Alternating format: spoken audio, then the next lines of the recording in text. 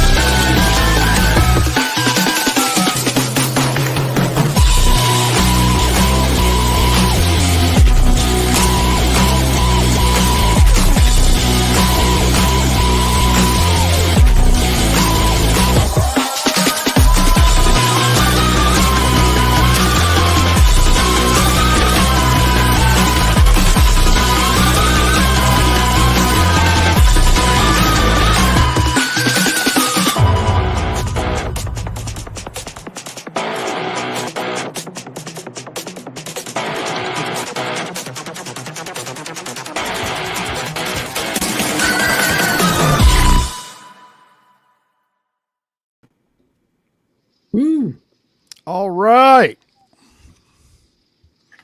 Did you get this? Did you get your soundboard set up? I did. If you heard it. No, we didn't. No applause. No, Nothing. No applause. Oh well, crap. Ooh, yeah, it's us. Hey LG, man, I saw you on the Countercast the other day, man. Yeah, man. Thank you. Yeah, it was fun. It was fun. Yeah, he's cool. Oh, dude, I would have put you in the intro if I knew you were coming, man. That demolition clip is, in my humble opinion, my finest work. That's crazy. I love it. Oh, well, man. I'll just put my soundboard over here since I'm not going to need it.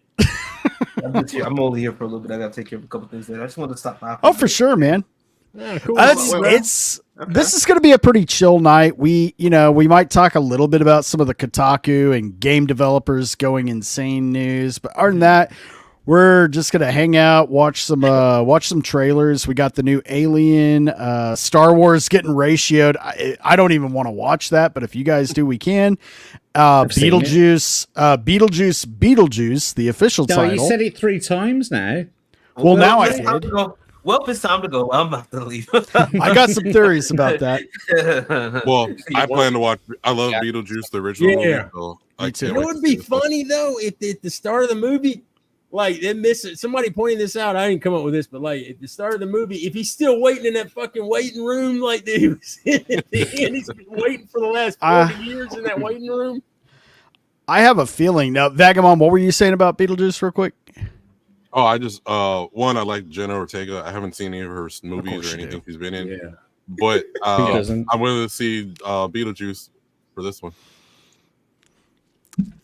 Okay. But yeah, it's gonna be a pretty low key night. Just hanging out. Let's go ahead and give everybody a quick introduction. We'll start right here with the very new to Twitter, never been on Twitter before, or X or any other platform. Diesel. What is this strange place you call Twitter? I am unfamiliar with it. Of course. Yeah, man. Dude. Like, well, welcome. It's actually a lot of fun. As long as you don't, say anything offensive and get kicked off, it can be a good time. And make an alternate account and have it recognized that you've made an alternate account. Or talk about your old dude. Your fucking intro is Fight Club. You should know, don't talk about things you shouldn't be talking about. Oh, right. I would have been the first one to get thrown out of Fight Club. All right. Yeah, I'm stoked about that Alien. At first, I was just like, "Oh, this is gonna be fucking Disney." But the more I see about it, and like I said, man, checking out some stuff. Fede Alvarez did an interview, and he was talking about these things and the inspiration for this movie. And it is just man, and this guy's he's talking about stuff from a fan standpoint, and looking at this little teaser. Hey, holy shit! Save it. Yeah, we'll go into Alien Romulus first. In fact, find me the trailer and put it in the private chat. Okay, you're all right. We'll go right into that'll be our first topic. JackTarLad, what's going on, man? Yeah, how you doing, mate? Yeah, I'm all right. I've been streaming and stuff like that. You were there the other night, weren't you? For commercial I was. Breakdown? That's actually the highlight of me and the wife's week is just after work unwinding watching that. Do you know what? Yeah. That is an honor, quite frankly, because I have no idea why people turn up to that stream. But even Natty McBatty loves it. She absolutely fucking dude, it's so good. It seems to be popular, so I'm going to carry on doing it.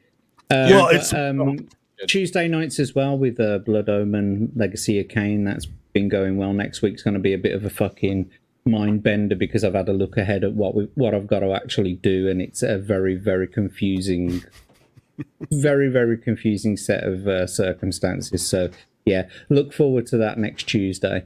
But apart from that, mate, I've just been living life, doing what I'm doing. Well, I do want to bring up one thing on tonight's stream, and that's mine and MSK's exhibition fight in Vegas.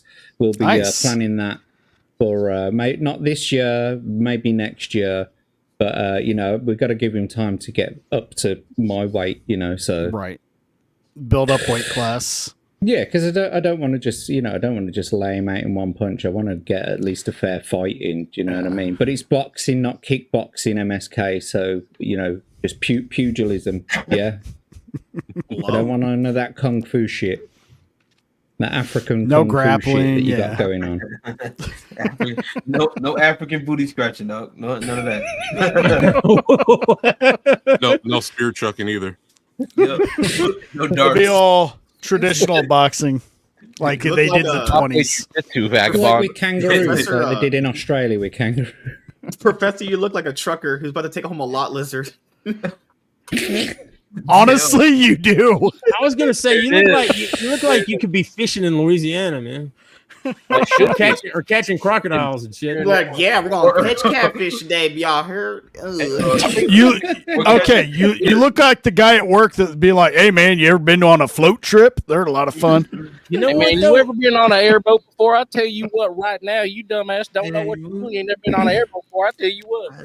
You know what? That's impressive, though. You instantly changed your look, man. Just like pow, and like you could have slapped on a whole nother personality with it, dude. And I know I can do that right now. I just wear this voice all night if I want to, like the skin of that last hooker I left out there in the swamp.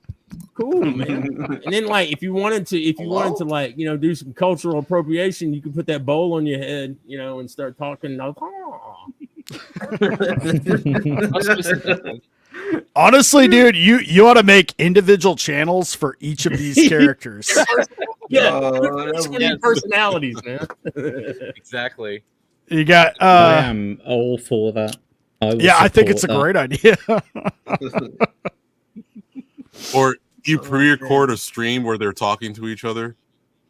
Hey, we could have my different personalities talking to your different personalities, man. Oh, we should do that. Oh damn, that sounds like a We match get made in heaven, bro. A night with Schizo. Dad and Louisiana Russ on the same channel.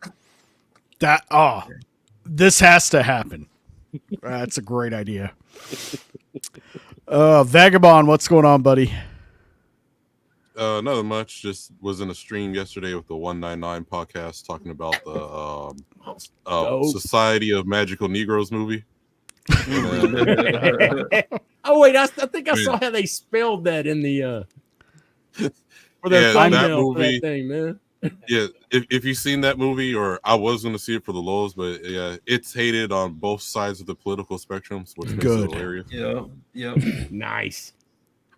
Man, I've been trying to catch the 199 podcast as often as I can. I've just been a little busy at work, but I'm definitely going to watch that and replay, and everybody should go. Yeah, I often watch the replay. Yeah, but also I'm just trying out these Rice Krispie Peeps. So they're actually pretty good. Rice Krispie Peeps. Where do you find this shit? Yeah, I know. Didn't you have some Dr. Pepper ones the other week? Yeah, I haven't opened the Dr. Pepper ones yet. Oh, I'm knocking shit over. But yeah, I got the Dr. Pepper ones here right now too.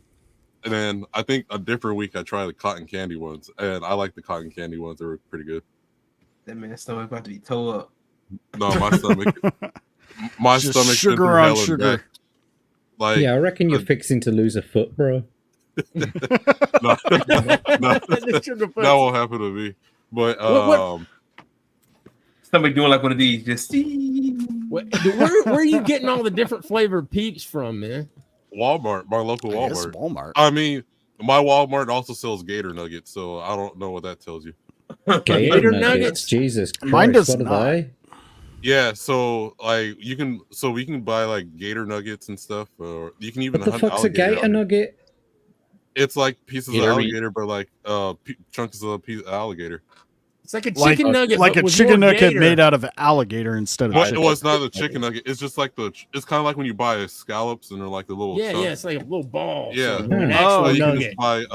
Can buy Gator Nuggets. Oh yeah, whenever I'm in Gator country, I get Gator Nuggets, dude. I fucking love Gator. Wait a minute, you eat alligator? Yeah, you can eat alligator. It actually tastes like chicken. Okay, I just wanted to clarify that's what that was. I was waiting for somebody to say it. I was going to say it or somebody. Crazy bastard. All it is Fucking is Americans. Chicken. Yeah, it just tastes like chicken. Just said it's the tail meat of the alligator. And then I haven't had it yet. I mean, I had frog legs before. Frog legs do taste like chicken. No, they don't. Not people say that. I wholeheartedly disagree. They taste like chicken. I had frog legs. Hey, the black man says it tastes like chicken. I guess I'm on the odd end of the spectrum here. What I am tomorrow. I only had them once, and they just tasted like dirt. Oh well, tomorrow I plan to go to my local Asian market because they got balut in, so I've always wanted to try balut. I've heard Chinamen are very tasty, but you end up wanting another one after about an hour. Yeah, but everyone familiar with balut is or no? No. So it's like the chick in the egg right before it hatches, and they boil it in the Philippines, and you just yeah. So, I always wanted to try it, so I'm gonna try it tomorrow. Cool. Well, you're a man of culture. Has anybody ever heard of an ortolan? No. Okay. So an ortolan is a small bird, right? Okay. And now this is extreme, okay? It's a delicacy, right? It's a very small bird, and what they do is they take this bird and they drown it in amaretto. Right? They drown it in amaretto so that its lungs fill up with this amaretto liqueur, and then they cook it, right? And it has to be eaten whole, everything, right? Bones and all, yeah? All has to be eaten, and you have to do it underneath a napkin so that God can't see this perversion that you're about to perform. Oh, yeah. The That's Yeah, just I've like heard some that. elitist weird stuff, man. It is some really creepy. elitist weird stuff. Well, They where drown the serve- fucking poor bird alive in amaretto. Right. That's What's sick. amaretto? It's like a You know liquor what, type stuff. It's like some sweet Oh, liquor. it's an right? almond. It's an almond flavored liqueur. I've had amaretto Dr. sour. Pepper. I've had Yeah, But Amaretto's not apparently, bad. when you put it into your mouth and you start chewing, and those lungs pop, and you get that amaretto taste just pop out into the food. Apparently, it's a phenomenal experience, and that's why people do it. Sounds like something a serial killer would enjoy. Yeah. Hmm Jesus Christ. Yes, we do enjoy it. Wait, so, You know what? have you tried Here it, I Jack? was thinking. I teed you up for that. Have you tried it, Jack? Yeah, look it up. Have I tried it? Tried it. I've got shares in the fucking company, mate. Hey, He's got he's raising if those you- birds out back. if you take me to the UK, I'll try it. Or if It's I a meet up French with you, delicacy. I think it's a okay. French delicacy. Well, Vagabond will French- try anything. That dude, he ate natto, man. Ooh. Yeah, the He's natto, just told me he ate fucking crocodile, so yeah, I don't. No, put it past man. him. Alligator. Hey, no, crocodile. Alligator, Okay, see sorry. that's alligator is fine. Like we can take that. Okay, I was about to say I had coon before. Like I've had raccoon before, and Oh, which- raccoon. Okay. yeah, it's country. The guy was country, and he said he called it coon. I shit you not. So funny story. So I'm sitting there looking at. We was like at this church event, and like they were out in the country somewhere, and the guy had like this big ass grill. It was like I recognized the chicken, I recognized the sausage, and there's this weird little thing on the grill. I was like, "What the fuck is that? What is that?" They was like, "Oh, that's a coon." I was like, "What? A coon?" Like, yeah, we caught that in the trap last night. Yeah, so we just cooked it. Cut it. Shit, dude. I was Did like, they track it down with the bloodhound? I was like, I don't know, but Dude, I was that's like, some- yeah, Over by where the red ferns grow. That is some That's country, dude. That's some country stuff, I man. was- Like people around here be eating chitlins and shit. no, okay, Well, see, I can't do that. Well, I no. can't do that. I need to know how did the raccoon taste? Oh, it tasted actually pretty interesting. It kind of tasted like chicken. Chicken. Yeah. Interesting. But it had like an aftertaste after. Like it tasted like on the onset, from what I remember. This was years ago, but on the onset, it tasted like chicken on the onset, and then like afterwards, it turned from chicken to Trash. whatever the fuck. The garbage that Yeah, he was it's eating gamey. earlier. It's what they call gamey. And that's how you Yeah. become a rabbit strip club, GJ. well, Rabies. I'm planning to raise meat rabbits, so I'm just waiting for them to breed right now. So Rabbit's not bad. I've had rabbit. It's Hey, did you say meat rabbits? Man, that sounds like Yeah. that'd be a kick-ass band. Just Rabbit. before, we Meat move on to rabbits. just before we move on to Professor Savage's intro, you can't live off rabbit. Even though it's tasty, you just can't live off it because it takes more nutrients to actually eat the fucking thing than it can give you. So, Kind of like eating although celery, it it's burns tasty, more you can never calories. live off. You couldn't go hunting. Oh, I for it mean, and, yeah, I like, could live go off it in the hunting, wild but- forever. yeah, Kind of like celery, where it takes more it's just to calories cut to down like on eat it. food And then costs, pretty much. So like the way I'm trying to live is like the grocery store is like the luxury item, right? Whereas like where like I'm not my survival is not dependent on what grocery store is around me or whatever, right? So like I should be able to produce my food or go into the woods and get whatever I need. And like if I Pick up whatever roadkill I want off the side of the road. yeah, if I want to. And so Vagabond's badass. He's like he's got his setup, man.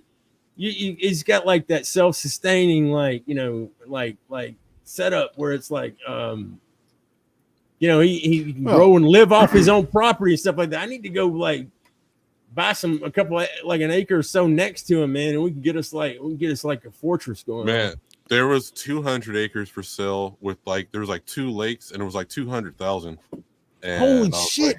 Ain't bad. That's like a steal, dude.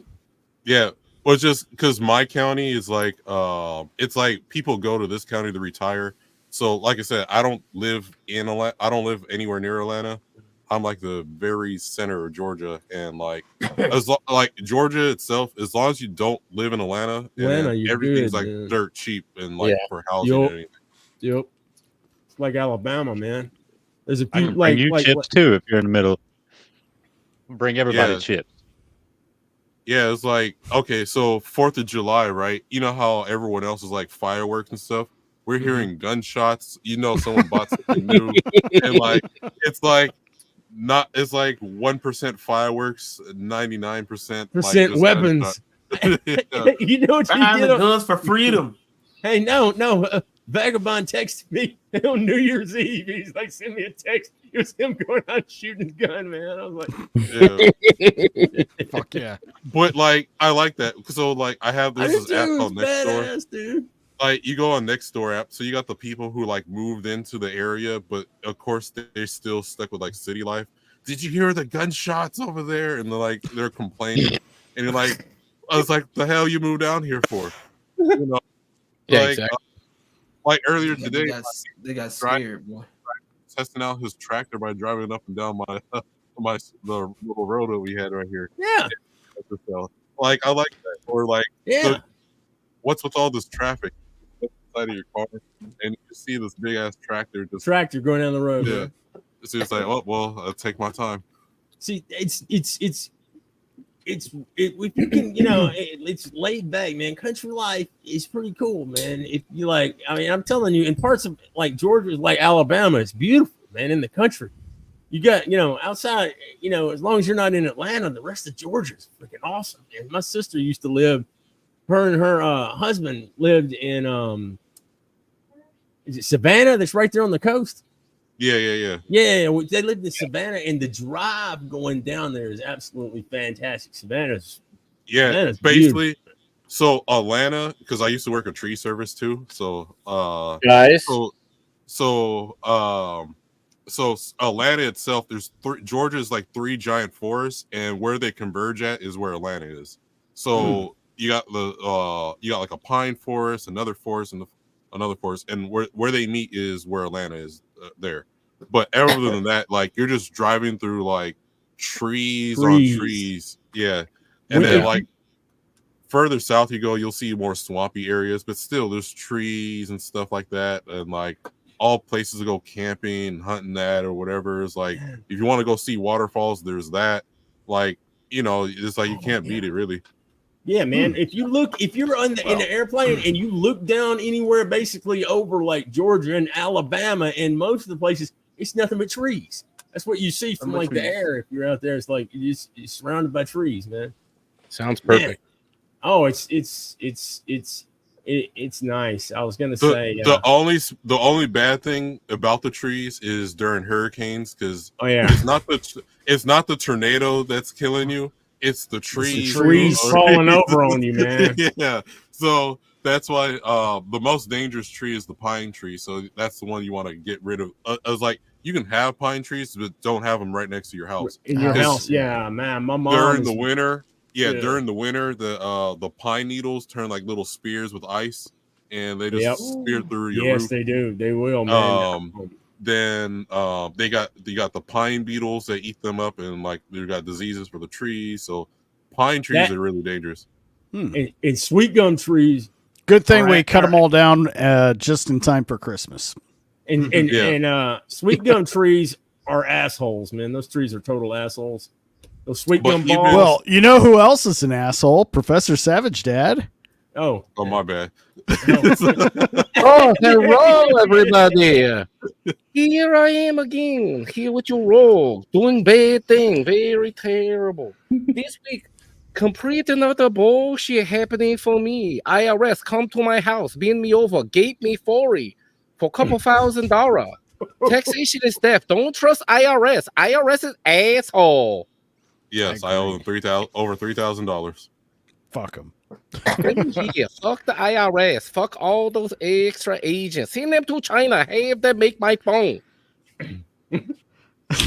I like how he's got the red light now to signify. I know communism. He's got the case to signify the. Like I'm saying, man, we need it. There needs to be an interview between this professor and Trucker. Didn't go to college, professor. All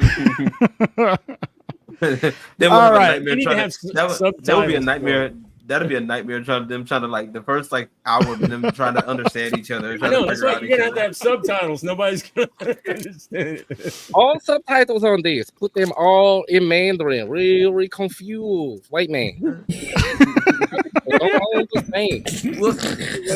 What you say about me, China man? That's what I say every time I tell them. Oh man. MSK, how you doing, man? You staying awake? No. Okay, didn't think so. LG, what's going on, buddy? I want to show you something. All right. This is my intro.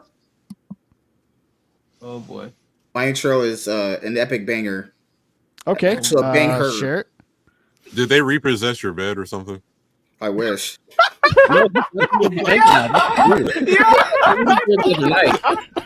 What they do? That's my story, and I'm sticking to it. That's a new thing back behind him. That's a different room than I saw on Wednesday. What's going on? MSK is on the run. Is this going to get me in trouble? I can't make out the MS Paint. No. All right. Nope, not even close. If you get banned, then I'll stick a dick up my ass. Dude,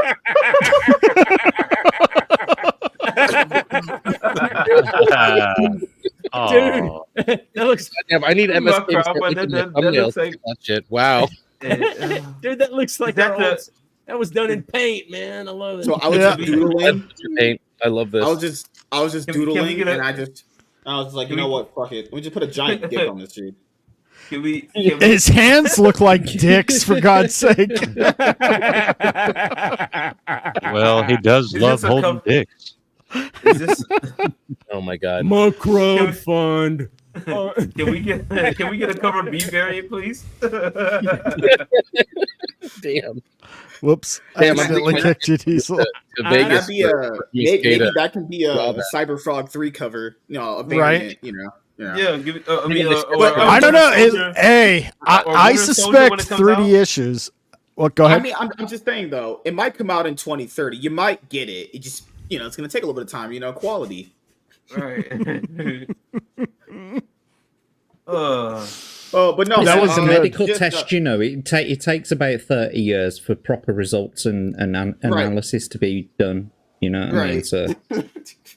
Oh shit. No, everything's been pretty good. I was working on a lot of things today, and I got them set up. And been calling Eric July detractors, the F word and the N word, and just usual, Hey, normal day. I've been busy though. Normal day in the life of MSK. Yeah. Oh, it's true. You got any? You've been doing a lot of. Sorry, dude. What? Hello. Okay. I was going to ask MSK. You've had a lot of pretty good interviews going out. You got any bangers coming out recently or in the near future? There was one guy that was on Pearly Things last week. He said he would come on. So that's going to be on Wednesday. A guy that was on Pearly Things? Are you kidding me? That's awesome. It was the one that was debating. You talking about Beekler on? It was the one where she interrupted. And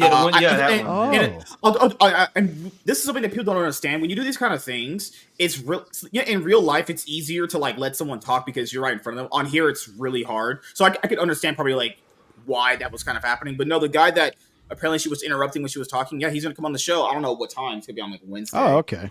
All right, that's actually cooler than it sounds. Yeah, he's black. So come on now. Who's that? You're not gonna put. I hope you don't do none of those jokes with him because that shit probably won't fly with him. You know that. We should probably get that knowledge chick on. Because she's reformed, right? She's a Christian now. So Oh jeez. Come on, man.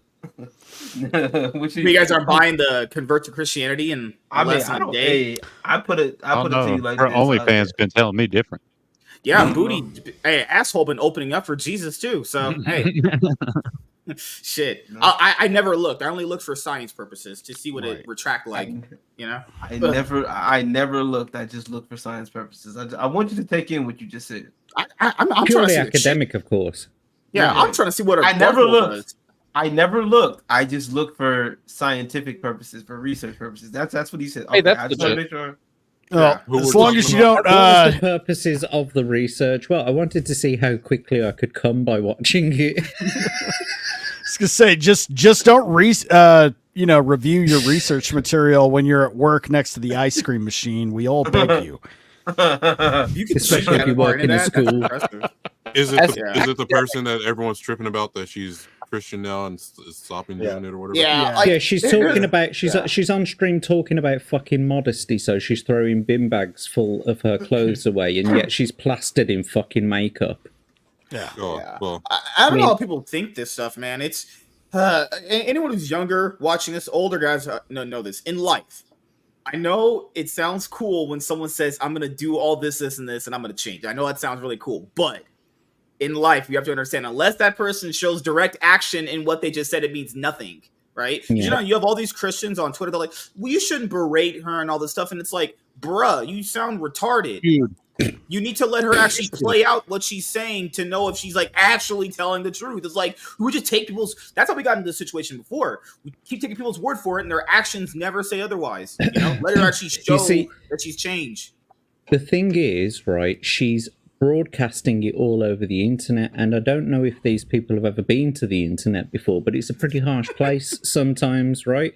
And the simple fact that she's putting it out there, if she was truly being modest, if she was truly being, holy and, all that kind of stuff, she wouldn't be putting a fucking thing out. She'd completely shut her social media down. She wouldn't be saying a fucking thing about it. She'd just be living that life, devoting herself to Jesus. Because that's what she says she wants to fucking do. Or if she does go that route, here's the thing: there's nothing wrong with you use your social media for that. Okay, I grew up in the church, so I know how this goes. Okay, if it is, it is. It ain't. Whatever. I know the whole spiel, giving out of the God. Da, da, da. Okay, my mother is a minister, for crying out loud. Okay, I know.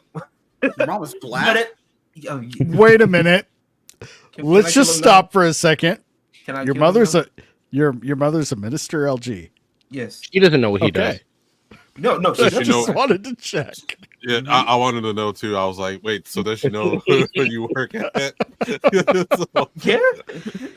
When look, all the money. Do you work in hell or something? No, I work in the strip club as a DJ. Oh. Why would she be upset that you're a DJ? It's the place, it's the atmosphere. That's what it is. That's what minister. Like two separate things. But you think she didn't get her kit off to make him? Yeah, I don't get it, man. It's like, bruh. I just don't like. Let him be. Like if it let her do her thing. Like if that's let her gradually change. Yeah. Who's to say she might do all of this right now and she And may still just gradually change. Still used to it. I think she's still used to attention. She's what she knows. So maybe it could be like Luann from the King of the Hill when she got baptized. Oh my Lord. Oh my God.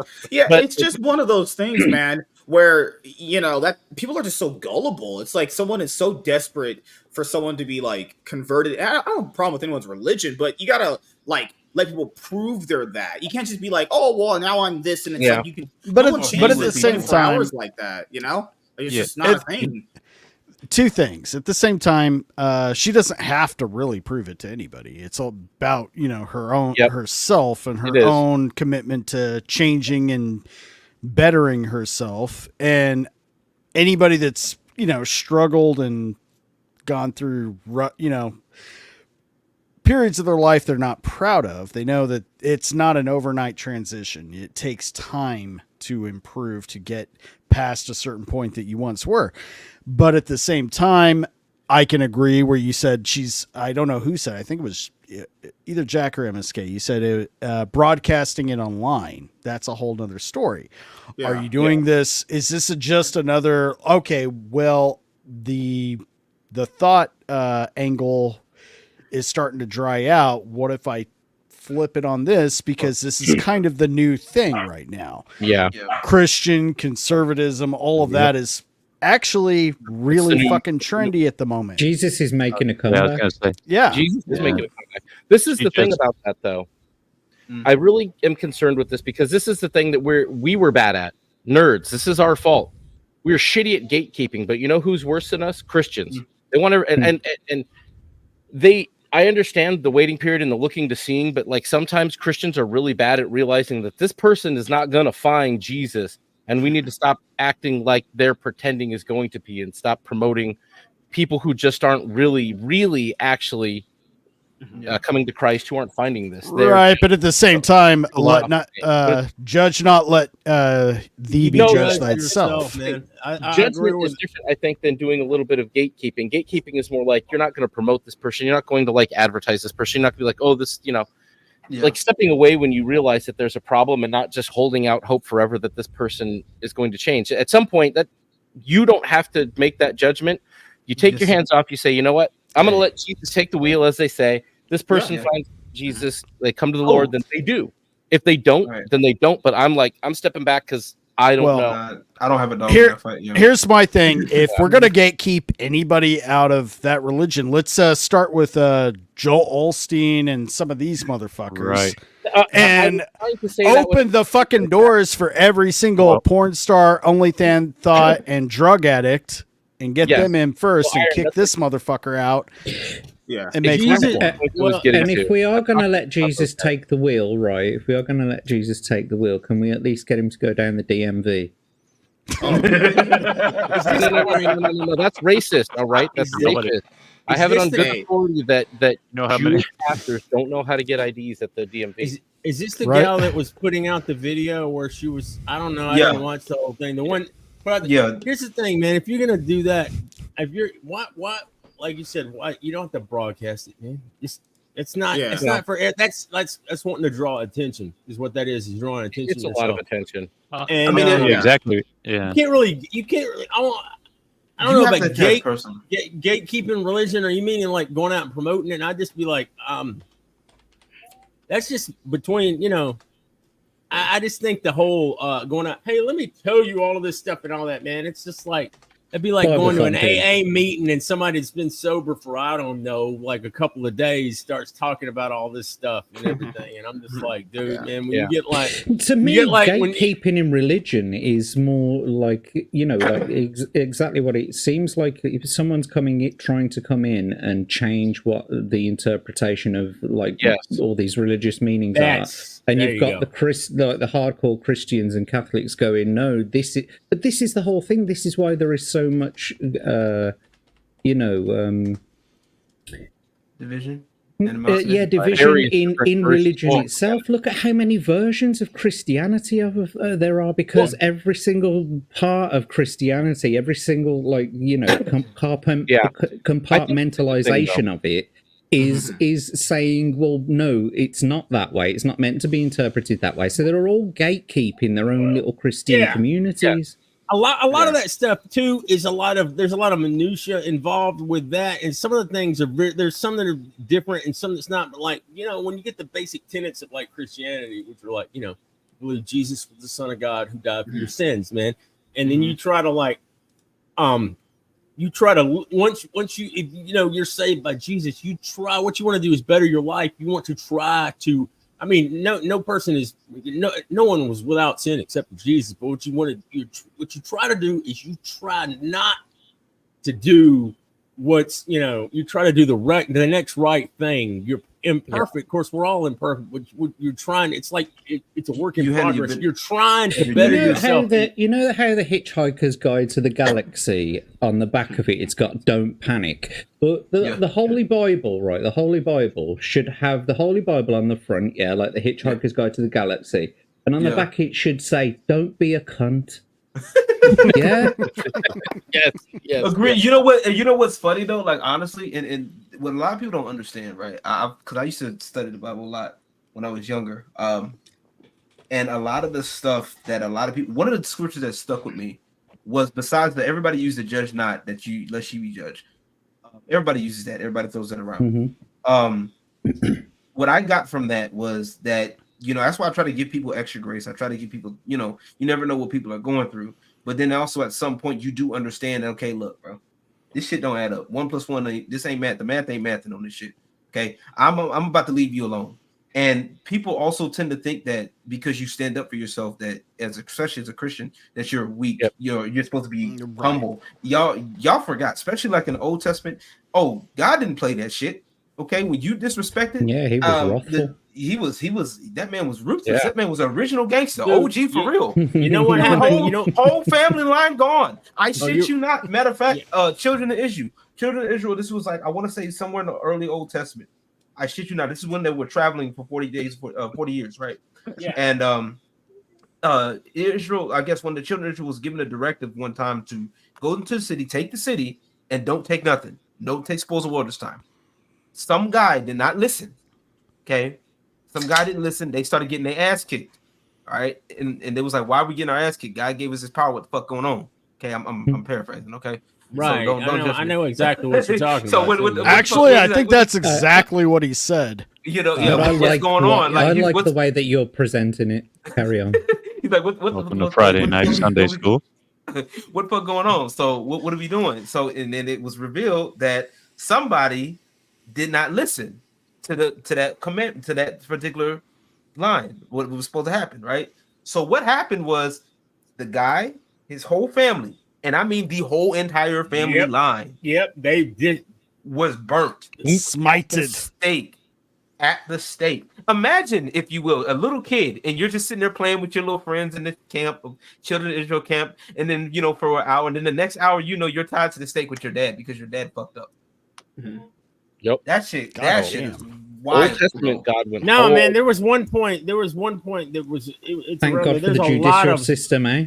There's a lot of stories about there. If I'm not mistaken, this one family, I believe, the earth just swallowed them up, man. Mm-hmm. If I'm not mistaken, God just opened the earth and just took them out. Yeah, look, man, they were moving the ark one time, right? There's only supposed to be a few people that could touch. That's why in Raiders of the Lost Ark, a lot of that stuff is kind of like, it's very accurate about that. Look, man, they were moving the ark. They were moving it to this temple, right? And they've got like some oxen in a cart, and they're pulling it, right? And so it tipped over, and this one poor schmo decided let me stop the ark from tipping over. He touched it and fell out dead just right there from touching it. Yeah, I remember that story. Yeah, because the priests were like, there was like a so with the children of Israel, there was tribes, right? There were 12 tribes. There were certain tribes. I think so. You might be right. There was a certain tribe that was regulated as priests. That were like roles. They were like, if you don't know, those that don't know what we're talking about, basically, God gave these people assignments. Like, this is your class. Yeah, like the 12 Levites of Israel, and the Levites were in charge of. That's where Aaron, the priest, and Moses. They were the ones who were in charge of the ark, the tent, the meeting tent where they all went to go meet, and that's where they were taught to God and stuff like that. Only in the one part of the tent, only the head priest could even go in there. There were certain certain tribes that did that. Levites were the one, and I believe the dude was not a Levite. And they put a bell around the guy too. So, and I used to, like I said, we used to study this. They put a bell around the guy. So if he wasn't clean, you know what I'm saying, he'd drop dead, and you will hear the bell ring, and then they had to pull him out. You feel me? Like if the guy was like, okay, yo, you ain't clean, boom, done. A lot of stuff they had to go to. That's like where they had to they had to do all these different sacrifices with animals and like birds and pigeons and stuff like that. See, that's why in the Old Testament, that's before Jesus died. That's why there's no more sacrifices anymore, because Jesus was the ultimate sacrifice. But back then, and they had to do all of these things. It was like a calf without blemish, 2 turtle doves, and different things. Depending on what it was, there were different sets of animals. Then they would have to put the blood on one thing and then burn guys, at the risk of turning this into a theologian's channel. All right, let's everybody just calm the fuck down. Yeah.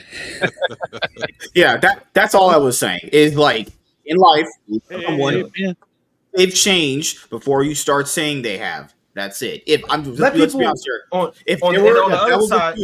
If that was a guy, he'd be under the fire right now. The only reason why she gets free passes is because she's a girl, because girls get free passes on everything. That was dude. Oh my God, eviscerated. I actually kind of low key talked about something. I think I posted in the chat earlier. This morning. Hate you.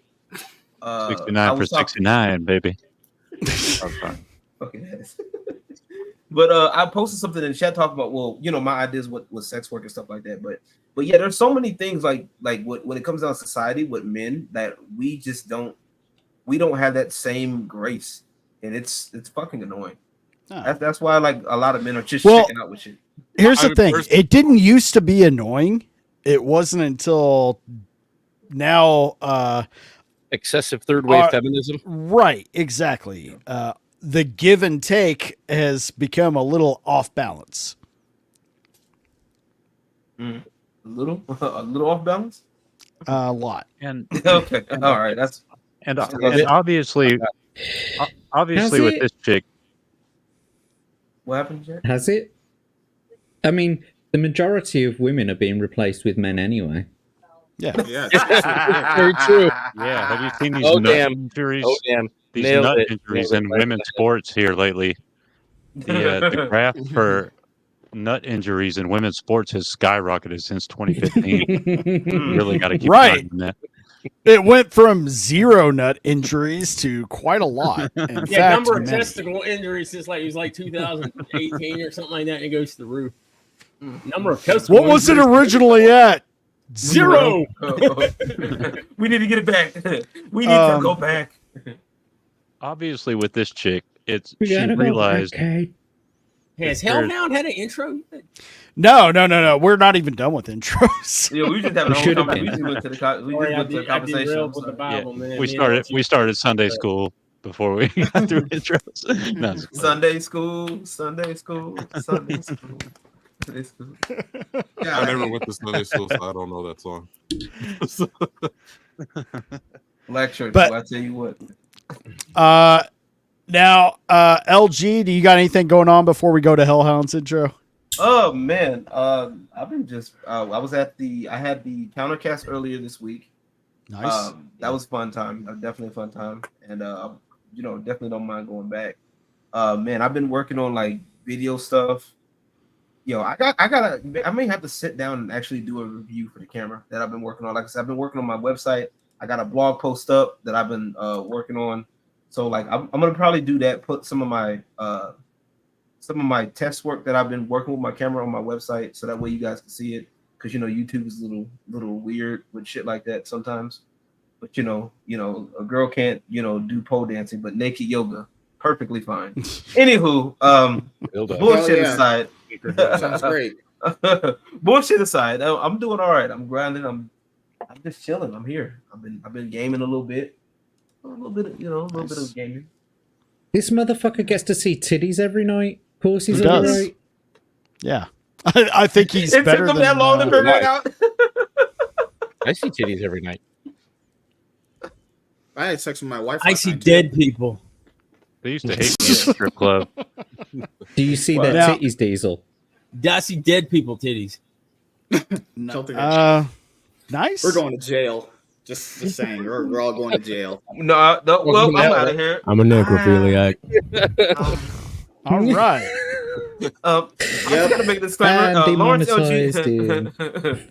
I watched Lawrence LG Gilmer does not condone any necrophilia. Yeah, the views of Diesel do not necessarily represent the views of Rogues Gallery. Yeah, I'm just saying. No, mid-salad I porn totally slaps, like bro. alive people. Oh, I tell you a side note that just reminded me one time, LG, like when my buddy was and I was thinking about this when you were talking about it on Countercast. It reminded me. My buddy got married, my best friend at the time.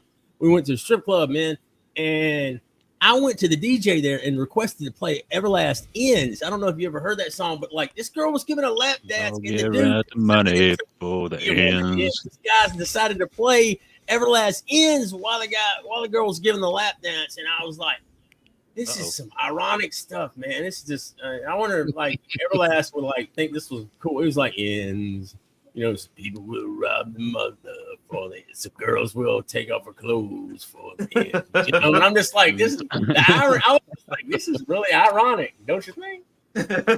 Just going in there. Fun fact, you know that song "Closer" by I think it's 9 Inch Nails. Closer? 9 Inch Nails, yeah. So that which is a song is a classic strip club joint. I think they don't.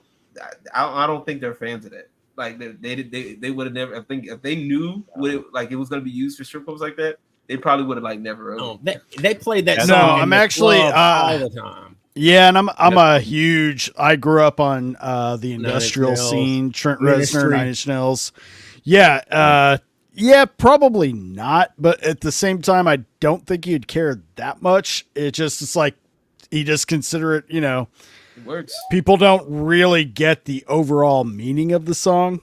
Right. Yeah. Right. And yeah. I think if I ever went to a strip club, because I don't see the point in strip clubs, but I think if ever I did go to a strip club and I got a dance, I'd ask the DJ to play the Bloodhound Gang lap dance is so much better when the stripper is crying. You know what? Somebody brought that up. Absolutely. Somebody asked me brought that. that up. That's Something cool. was I had a when I was at another club I worked at, another manager, he told me that he was telling me the story that somebody played that near the end of the night. And I guess she was already going through some shit. And she started crying. I was like, yo.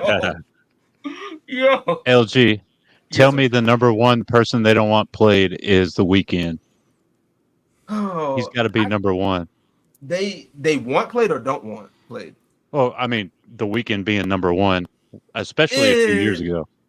A few years ago, yes. It depends, because for me personally, The Weeknd, a lot of his songs are slow as shit. So from a DJ perspective, right? I'm just talking pure musically.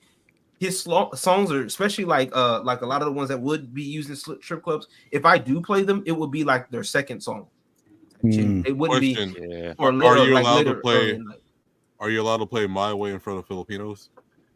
My Way in front of Frank Sinatra.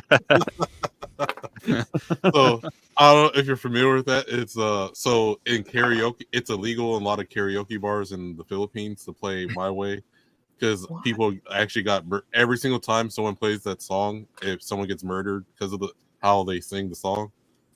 So do they sing it so bad, or is it?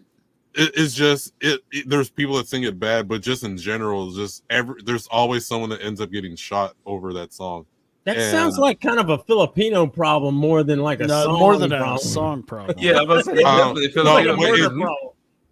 It's specifically that song where they like there's I think the last case was there's a security guard at a karaoke bar where he was mainly there to make sure people don't play that song, and someone played the song anyway. And he's there to make sure to keep the peace. He was the one that shot the other person singing the song. Oh my God. Self-fulfilling prophecy. Can you just imagine this? Like I did it my way. Yeah, so you're off key. Oh, that's so in the Philippines they made it illegal to like. I ain't flat the band, Shaw. No, you could just or it's like it'd be like a cinematic version, like something like I could just see a cinematic version of somebody just running slow motion with the songs playing. Well, yeah, you guys look it up because it's like a legit thing where it's like it's illegal to play that song. You know what that reminds me of? You did My Way. You ever seen Black Rain? Cool bullet. See, I know Professor has seen Black Rain. You know that song where they had the it's like in Chinatown and the guy's singing Bad Leroy Brown, but he's doing it in a Chinese accent. Bad, you know. Oh yes. Black Lane. Yeah. All right. Very hard to say. So Hellhound. How you doing, buddy? I know we gotta get through these intros. Oh my God, are you guys still at intros? That was 53 Gentlemen. Jack got us off topic. There's a lady here. Let's pretend like we know what we're doing. Yes. Yeah. MSK, go ahead. Oh no! Oh, he's already had his intro. It's your intro, I thought buddy. It was a lady. I thought it was a lady. God! Shots fired. He's so lucky. You sound so black. You sound like the whitest guy ever. Good Lord, man. Yeah, I'm pretty damn white. Especially with this. I'm a dumbass, and I got the XLR microphone, and thought I could do XLR to USB without a setup, so that didn't work. So I'm waiting on my Elgato. But nice. Yeah, man. I mean, I'm not up to much. I've been working. Get ready. I'm ready to get back to Sunday school. We can talk about Jesus. All right. No, obviously with that chick, to me, she just realized that 50% of the country was out there ready to give her money. So, I mean, Could be. Yeah. Go ahead. You do you. But people promoting her is it's weird. It's the whole. Right, trying to use her as a that you know what? I'm glad you said that because that's another weird thing. Weird things like people are so quick to promote her like she's instantly changed without any proof of her change. Yeah, so dude, I guarantee you, man. If she was a fucking guy, it would not be the same. Girls get past everything, dude. Yeah. Wait, is this You wanna know her Jack favorite Murphy song? shit, man? Is this an OnlyFans thought? Yeah. Well, there wouldn't be a guy to begin with. There aren't any OnlyFans. Well, look at it this way. It's been 20, almost 30 years since Robert Downey Jr. Conquered his addiction problems. Yeah. Became Iron Man, everything else. That shit's all behind him. And it's still being brought the fuck up. Yeah. Right. True. Let's see. Mel Gibson. Oh, they'll never let No Mel Gibson forgiveness in there. Hollywood, man. He's done.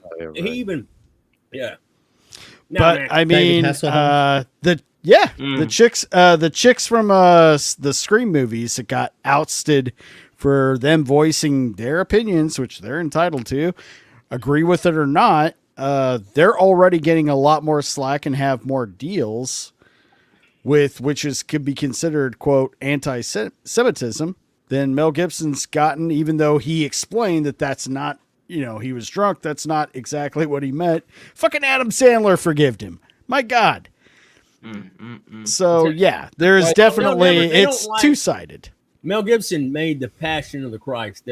Hollywood is run by Satan. They'll never forgive him for that, man. So that's fine. I'd want to be on those guys' bad side, man. They're a bunch of Did you guys see Mel Gibson fixing the Mexican guy's tire?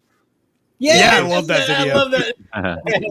What does he say again? He says like, what about he's like, oh, it's my lucky day. Big Hollywood star Mel Gibson helping me fix a tire.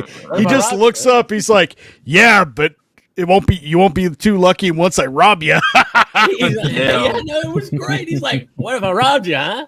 And the guy's just like, Mel Gibson, and I'm just like, why don't you help? No, it's him and one lazy George Mexican. Lucas. Where like George Lucas is like, there's a random person filming something, and George Lucas is like a regular dude, just ends up in everyone's background, like not trying to be there. So, like eating a basic lunch at like a regular cafeteria, and like someone's filming something, he just happens to be in the background. Oh, that's right. You were talking about that the other day, man, or somebody was talking. Just look at the character Martin Riggs. You've got to be a certain kind of, you've got to have a certain, special kind of crazy that you can sort of switch on and off in there. You're teetering on the edge. You could be crazy ass if you really, really fucking wanted to, but you can hold it back. Man, I'm glad you brought that up, though. Murtaugh and Riggs are the greatest buddy cop ever. Best buddy cops. Oh, yeah. They can never replace him. In the original, I didn't hate the new show that they did with that one Texas dude. I can't think of his name offhand, but he got royally dicked when they secretly recorded him while he was directing an episode, yelling at kids because fucking Marlon Wayans is a little bit of a prima donna, and he was also a terrible pick for Murtaugh. It didn't make any. Oh, the TV show. Yeah, but the TV show itself, story-wise, pacing, acting, was actually really good. I actually didn't mind it as long as it wasn't them. I didn't want them to be the characters. It was them in name only, and they very loosely adapted some of the storylines from the movies, and it just sucked because it was actually starting out to be a really good show. First couple seasons were pretty solid. Here's my take: Damon Wayans is the greatest Wayans. Yeah. Yes. Period. No, there's no question. There's no question. He's no.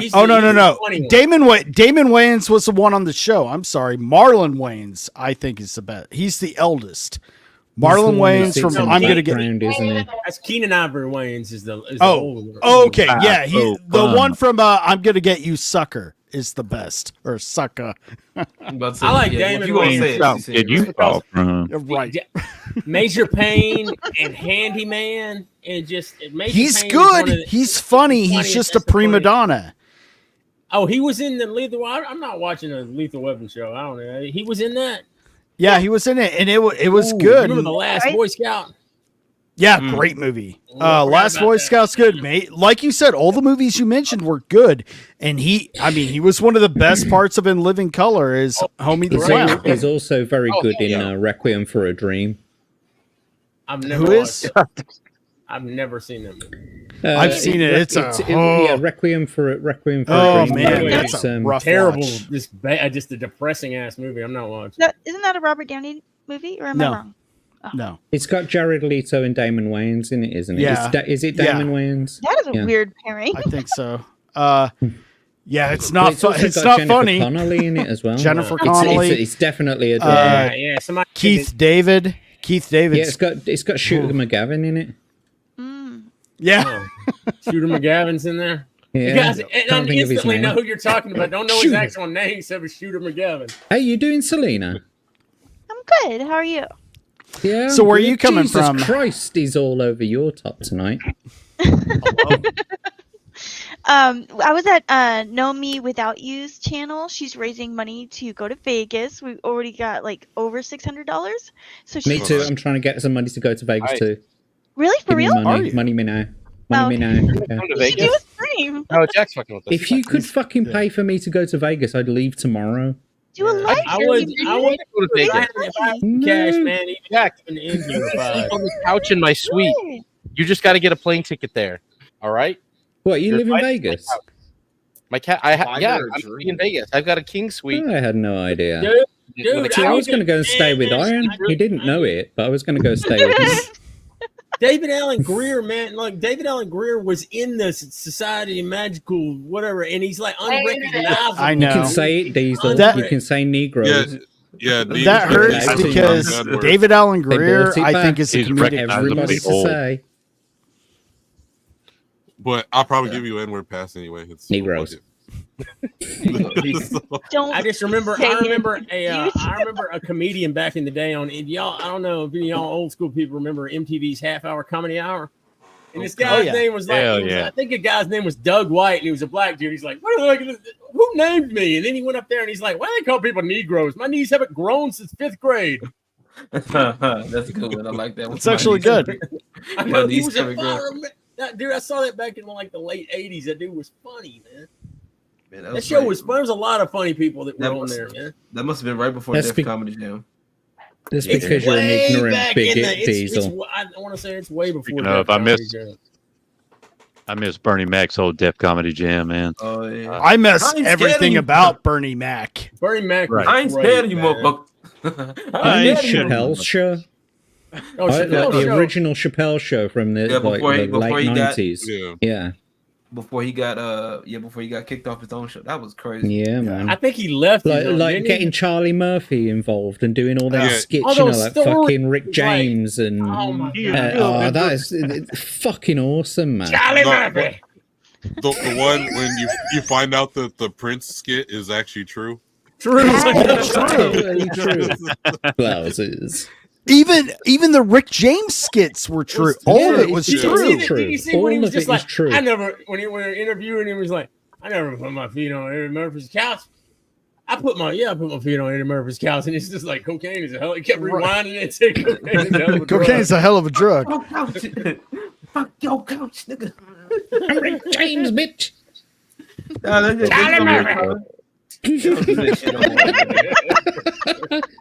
Now we got people. Now we got third wave feminists trying to be comedians and talk about their dried up vaginas. Right. The last stand up I went to was the Hodge twins. That was really good. Oh man, they're funny. I bet that was fun. But I was the only black guy in the audience. That's hilarious. They're like, once we came out as conservative, we lost all our black fans. And there was like a random Mexican family at the top corner. It was like, how'd you guys get all the way from across the border and get all the way here to butt nowhere in Georgia? And then they're like, and then like there's all we have is white folks here, and like not one black person. I was like, and I raised my hand. He's like, just one. Yeah, because I remember when go back to music. I remember when High Strength was doing YouTube for real, like they were doing the bodybuilding stuff. Yeah, the bodybuilding stuff. Yeah, and also they like still do that. answering. And it was like, because I remember they used to do their little intros where one of them used to do their little, look at that form. Yeah. Let me tell you. Remember when they were vegan? Get the fuck out the way. Get the fuck out the way. Dude, when Twitter first, when Elon Musk fired that woman and everyone was like running around on Twitter like they had like fucking drank a bunch of sugar and shit like that. The High Twins were on there. All they were doing was posting all this facts and shit like that. Just like, there's only two genders and all this other stuff. Just stuff that was common sense. And I went in there and I was like, I love you guys. And then they sent me a gift that said, there was one of them going, I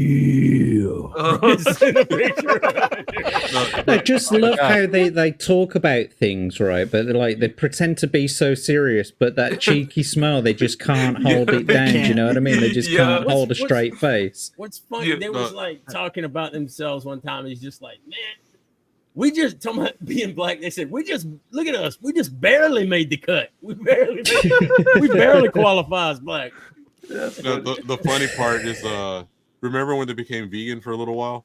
No. Yeah, after the movie Blackfish came out, and they were like, okay, we're going vegan, and then so they got interviewed with all these like top vegan sites or whatever. Like, man, you guys, bodybuilders became vegan. They got interviewed. So then like a month later, you see a video of them like at Popeyes or Church's Chicken. They're like, so, and then you go, well, we got a confession to make. We're not vegan anymore, because like after a month or so, I looked in the mirror and was like, oh shit, I'm losing all my gains. So it's like, fuck this vegan shit. You can't. Every vegan you ever see, they look like freaking an AIDS patient from the 80s, man. They all look like they're ready to die, man. Look at Selena's favorite band, Blink-182. Look at what's his name, the drummer. He went vegan, almost died. Look at Robert Downey Jr. He went vegan for a while, and I was like, "Oh my god!" And they kept calling him Iron Deficiency Man. Right. Look what happened to Kevin Smith. Kevin Smith with this reminds me of a vagina. Yeah, you know what this reminds me of? Are we gonna watch the new 28 Days Later trailer? Ooh, they have. There is one. Oh, Yeah, yes, we are. I didn't know there was one. We do actually have a few trailers to get to, don't we, Aaron? We do, and we haven't got to anything. We were just over here talking and shooting. So when are we going to do Alien first? We are going to do Alien first. To be fair. Okay, here's the thing. You guys have 30 seconds to wrap up all of whatever we're doing right now, and then we're going to get to trailers. I'm going to the bathroom. You have 30 seconds. Shut the fuck up. All right, but this is the Texas It's going to be border silence 28 for days 30 seconds. No, 30 seconds of complete dead air now. To be fair, Aaron did say this was gonna be a chill stream. It was for shooting shit. That's what he said. So who's in the chat? Is it the 28 days people later. in the chat? We got Gray. Yep. Gray Poupe's in there. Gray Talk to the chat there for a Poupe. second. Jason Just the chat? Clinton. Let's see who else is in there. I'm scrolling. We got Mags. We've got Diana. Travis Barker. We got Jason. Diana. We got Travis Barker. What? Oh, you want to like? I was like, what? Yeah. Travis Barker Jason Clinton. decided to kill himself almost. Mags is in there. What's up, Mags? Diana Gordon here. Yep. That's the new 28 Days Later. Some dude named Hellhound. Yeah. Who else? Let's see. Jeff's in there. How you doing, Jeff? Shaka. We got Shaka Zulu. Shaka Zulu's in there. I have tried switching over to the. Oh wait, that's wrong. We got Carrie R. Yeah, she works with me. Hi. Hi, Carrie. Oh man, we out here. Oh yeah, I saw Carrie in the there. Rogue Attraction. It's funny. Diesel's profile picture is that guy from Dragon Ball Z, and then from Dragon Ball, and he comes on, and it's just a white guy. Man. I'm like, okay, all right. Man, the people who were so mad about the old drawings in DragonAll, like, oh, get man, out they of can the suck. hobby. They can Oh my suck. god! Yes, Max, it is. It's basically that. Like I came in and they're still not done with intros. Yes, Mags. They've been saying that shit for years. With what's his name? Yeah, well, with the black characters for Dragon Ball, yeah, they have. I think it's a more newer thing. It's like since anime's gotten popular now, so all the people who were never really involved with anime, manga, video games, now they're into now it it's here like now. repeating the cycle. Yeah. Yeah. Because it's like I grew up Hey, watching didn't Dragon Warner Ball. Brothers didn't I see a tweet today saying something along the lines of Warner Brothers Discovery are going to start expanding into Japan and like promoting and extending Hurry up anime before they go fucking bankrupt. Yeah. So if you guys aren't familiar with Love Hina series, so the writer for Love Hina, he got into so he got voted into be like Japan's ministry of something for like foreign affairs or whatever, just so he can stop Western influence trying to mess up Japanese culture. Very and good. And Love Hina is one of my favorite series too. I rewatched that a bunch of times. Yes, I like harem animes. I'm a degenerate. Just saying. Fair enough. We'll let it pass. Have you watched Assassination Classroom? Or I haven't yet. That was longer than 30 seconds, Iron.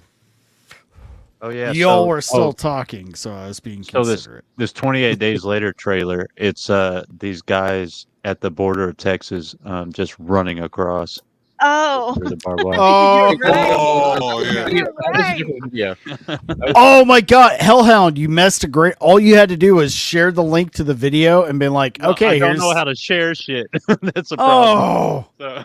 Dude, that was, do you know what? If we can get that clip and we can get it into After Effects and we can actually get the the tune from the original 28 Days Later, I'm gonna work on it tonight. Actually, that's a great idea. I don't know. I may not have seen what is 28 days later No, or whatever. but did you see the recent border crossing thing, Diesel? Yeah. Oh yeah, I saw that. Where I was Yeah, just like, that's- why the hell didn't they open? That's fire? what he's calling the new 28 Days trailer. Yeah. In other countries, they would have just opened fire. Exactly. Yeah. Yeah. I Damn it! guarantee they don't have any ammo on them. You hit that damn Guarantee that. smoke alarm, bitch. You son of a bitch. That motherfucker Somebody pulled out his did. damn phone. Yeah. Oh my god. Excuse me. All right. Well, we're gonna start off the night of trailers as described in the thumbnail with Alien Romulus. All right. And Diesel, you're gonna have a lot to say about this, so we'll let you chime in plenty. Let me just get this pulled up. The whole reason it's called Romulus is because the space station has two parts, Romulus and Remus. One of them is the older section that is I'll get into it later.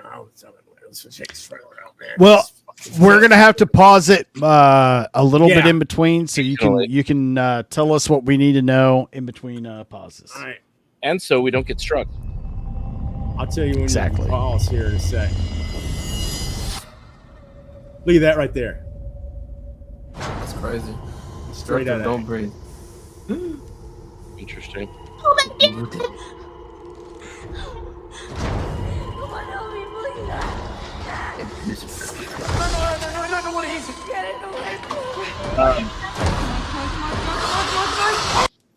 All right, so you said take a look at that right there. What The were lights. we That was looking the at? lights. The lights coming through the windows. That is very right out of Aliens. In the way that the hallways and everything. I can see that. That right there is Alien. This actually looks so much like the Alien Isolation game if you've ever played it, which is Love that. straight out of Alien, man.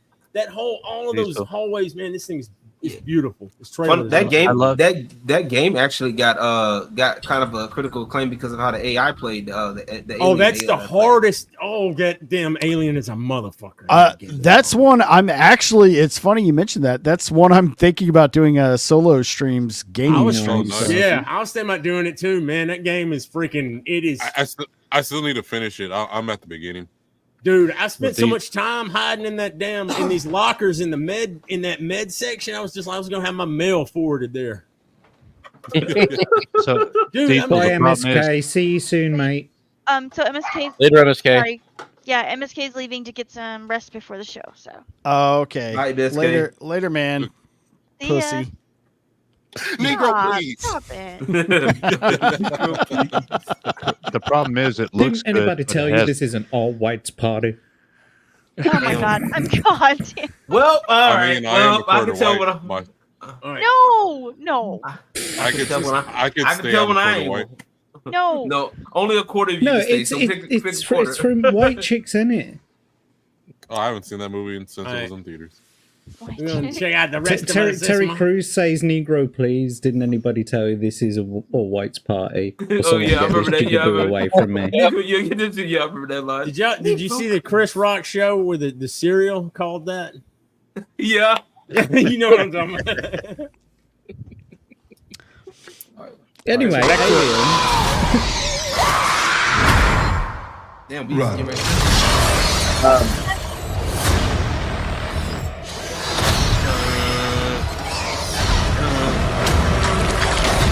Get it all down our throat.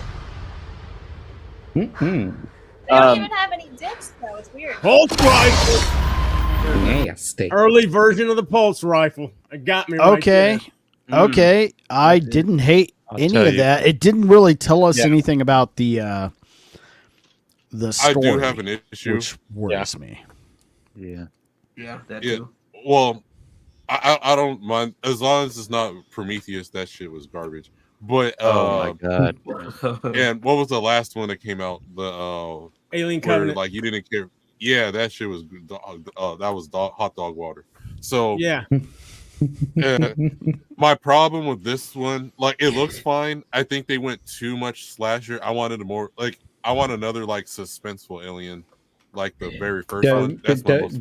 Wait for it, mate, what- because this is just the teaser trailer, right? And I'll Well, guarantee you, okay. by the time they release like the third fucking trailer, there'll be loads of touchy feely bollocks in it. See, well, Yeah, that's I'm just like like they got so many face huggers all at the same time chasing people when it should just Yeah. been like one that popped out and got in someone's face. No, Like, man. I don't I'm know. like, let me tell you what the backstory is for this.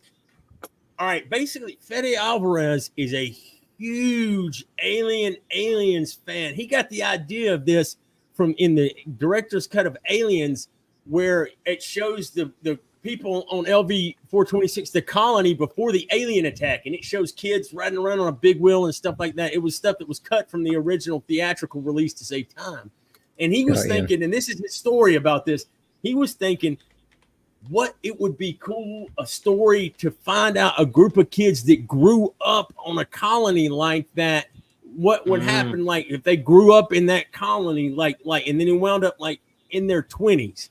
Like this movie takes place, it's 20 years after the original Alien. So it's between Alien and Aliens, because Aliens is 57 years after Alien.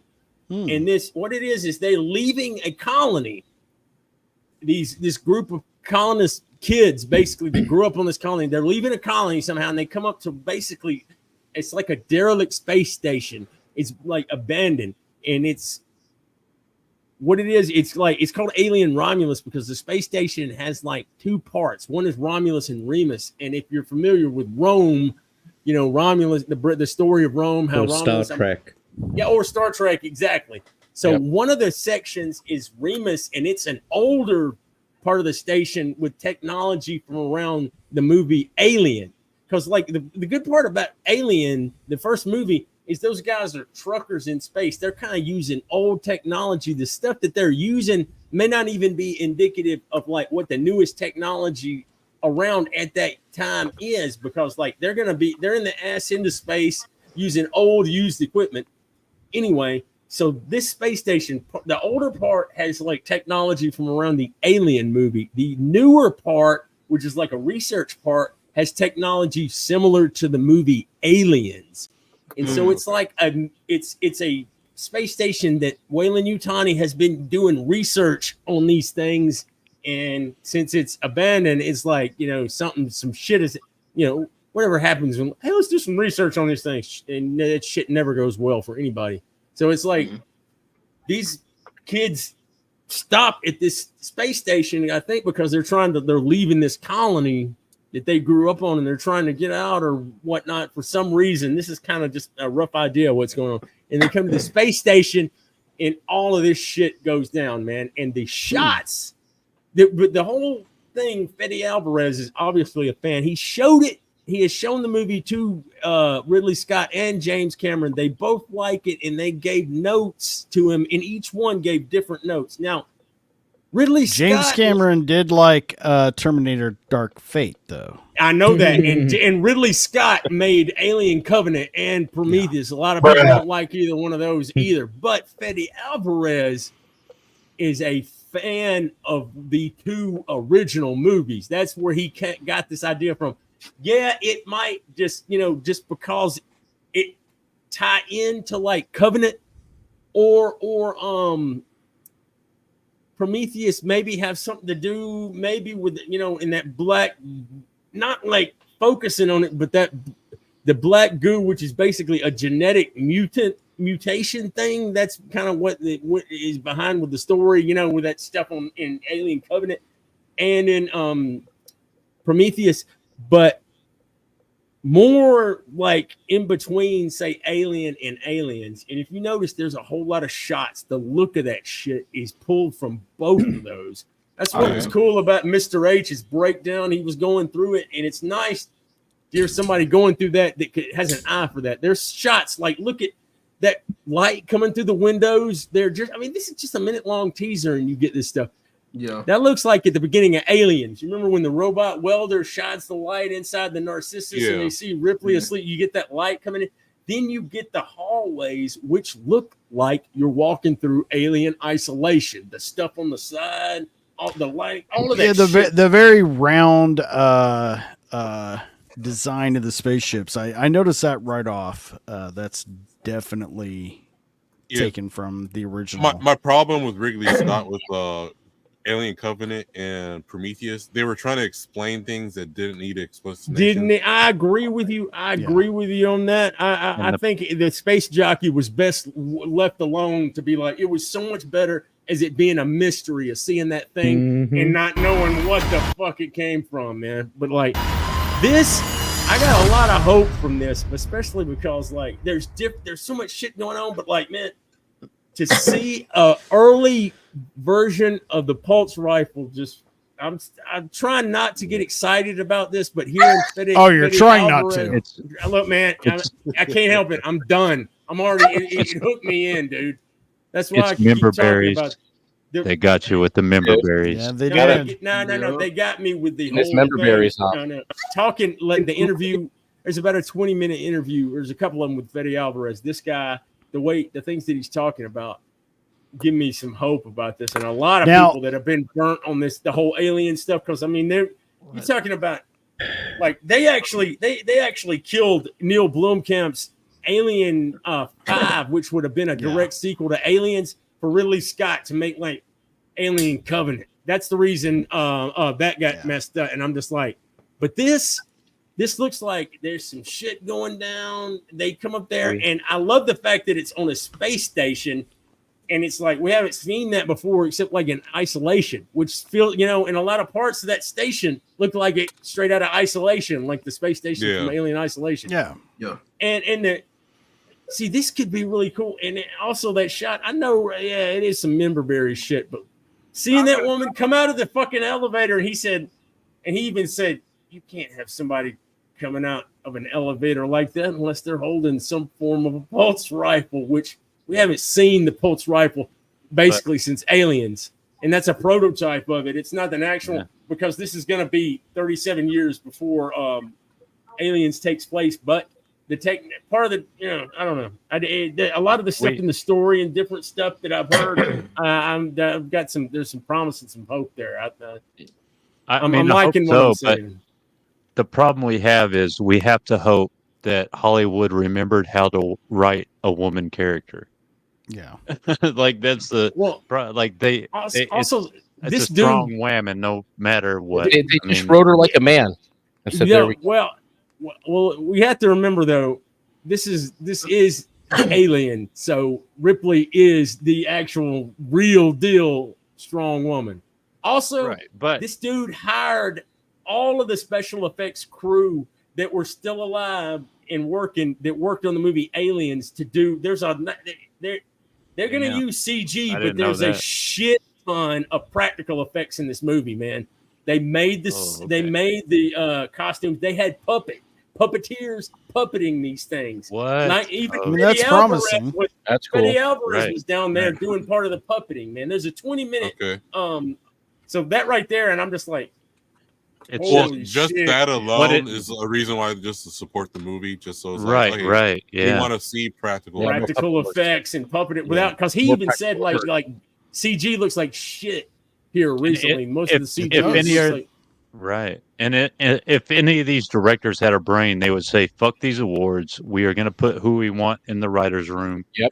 And Fuck. Yep. hopefully that is You what know, he did, along see, with everything else that you mentioned. It's not hard Because to write a we woman. need, man. I think Blomkamp. I think there's a reason why a lot of this stuff gets canceled, because he won't budge on a lot of his stuff when he's got a story or a vision coming out. So Hey, Yeah, Gray, like I sent you a CG. link, bud, if you want to join.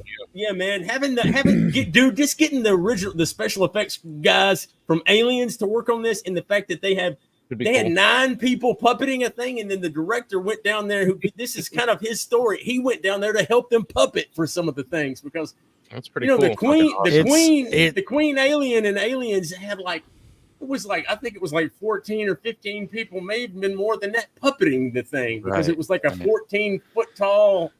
Oh, man, It's that's really crazy. going to come down to is what they do with the story. Aesthetically, it's fucking on point. Everything looks great. Everything you're talking about sounds now. great.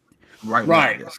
What But are the they going to story, inject into the story? Is it It's going gonna to be have full lesbian of ghosts. Yeah, DEI. Is it going to be It doesn't even have to be full of DEI. It just has to be a woman character that isn't just a nothing character. All they have the to problem do that we had when writing the woman, remember, when you're writing a woman, all you have to do is remove all reason and all accountability. Well, you know something. You know something. You that know what? does- I've just thought of something. They mostly come out. Mostly. at night. Do you No, know? they mostly come out. Mostly. I'm leaving. I see what you did there. Hey, man. You know one thing that was really cool about that trailer. You notice when it showed the face hugger jumping and get on that person, that was a woman. Boom, Oh, shit. dead. Yeah. Right there in the trailer. So Oh no, can't have that. That's probably not that I'm not the look at the misogynist just wants women dead. No, I'm just like, Well, you can. I do got high hopes. I just I'm gonna go I'll see it when store- it comes out. I know, Yeah, I right? hope- But like, this guy, the way he talks, After- I couldn't help it. Black girl magic.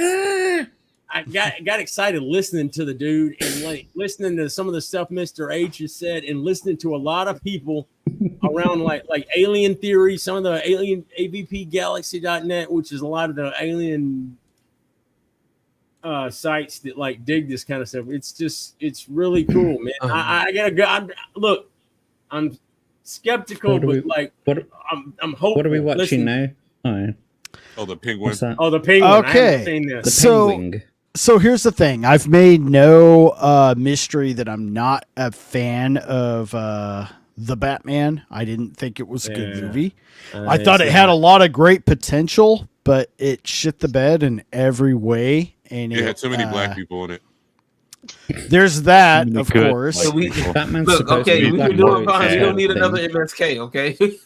No, That was the main reason why I didn't go see it. Like when I saw Jim Gordon was going to be black, I was like, "Oh, Commissioner Right. Gordon." I was Right. like, "Oh, fuck this Yeah. movie." And you know And what? I- They got it, I- dude. They Yeah. got the dude. They just got that guy from Westworld. Hey, let's get him. Oh yeah, Blah, blah, blah. exactly. Holy shit. Yeah. Oh, he's a great actor. I have nothing against Jeffrey Wright. Is a phenomenal actor. The first season of His Westworld brain was got good. broke in 2016. His brain fucking. Oh Yep. God. Yeah. A lot of these motherfuckers couldn't shut their mouth. Exactly. But the first season of That's Westworld true. was good. The first season of Westworld was really good. Yeah. My Yeah, man. my problems with the Batman. Now, again, it had a lot of great potential. Like I love the inner dialogue, Bruce writing notes as he's going out and not being completely capable. considering how new he was to the game. I thought that was all good. I thought the costume sucked. I thought the fact, this is going to be the first time we're going to see Batman as a detective. Well, problem was they made him a retarded detective. No shit. It was just like he looked at that picture and seen that it was taken from across the street. Fuck. So Selena. Sorry.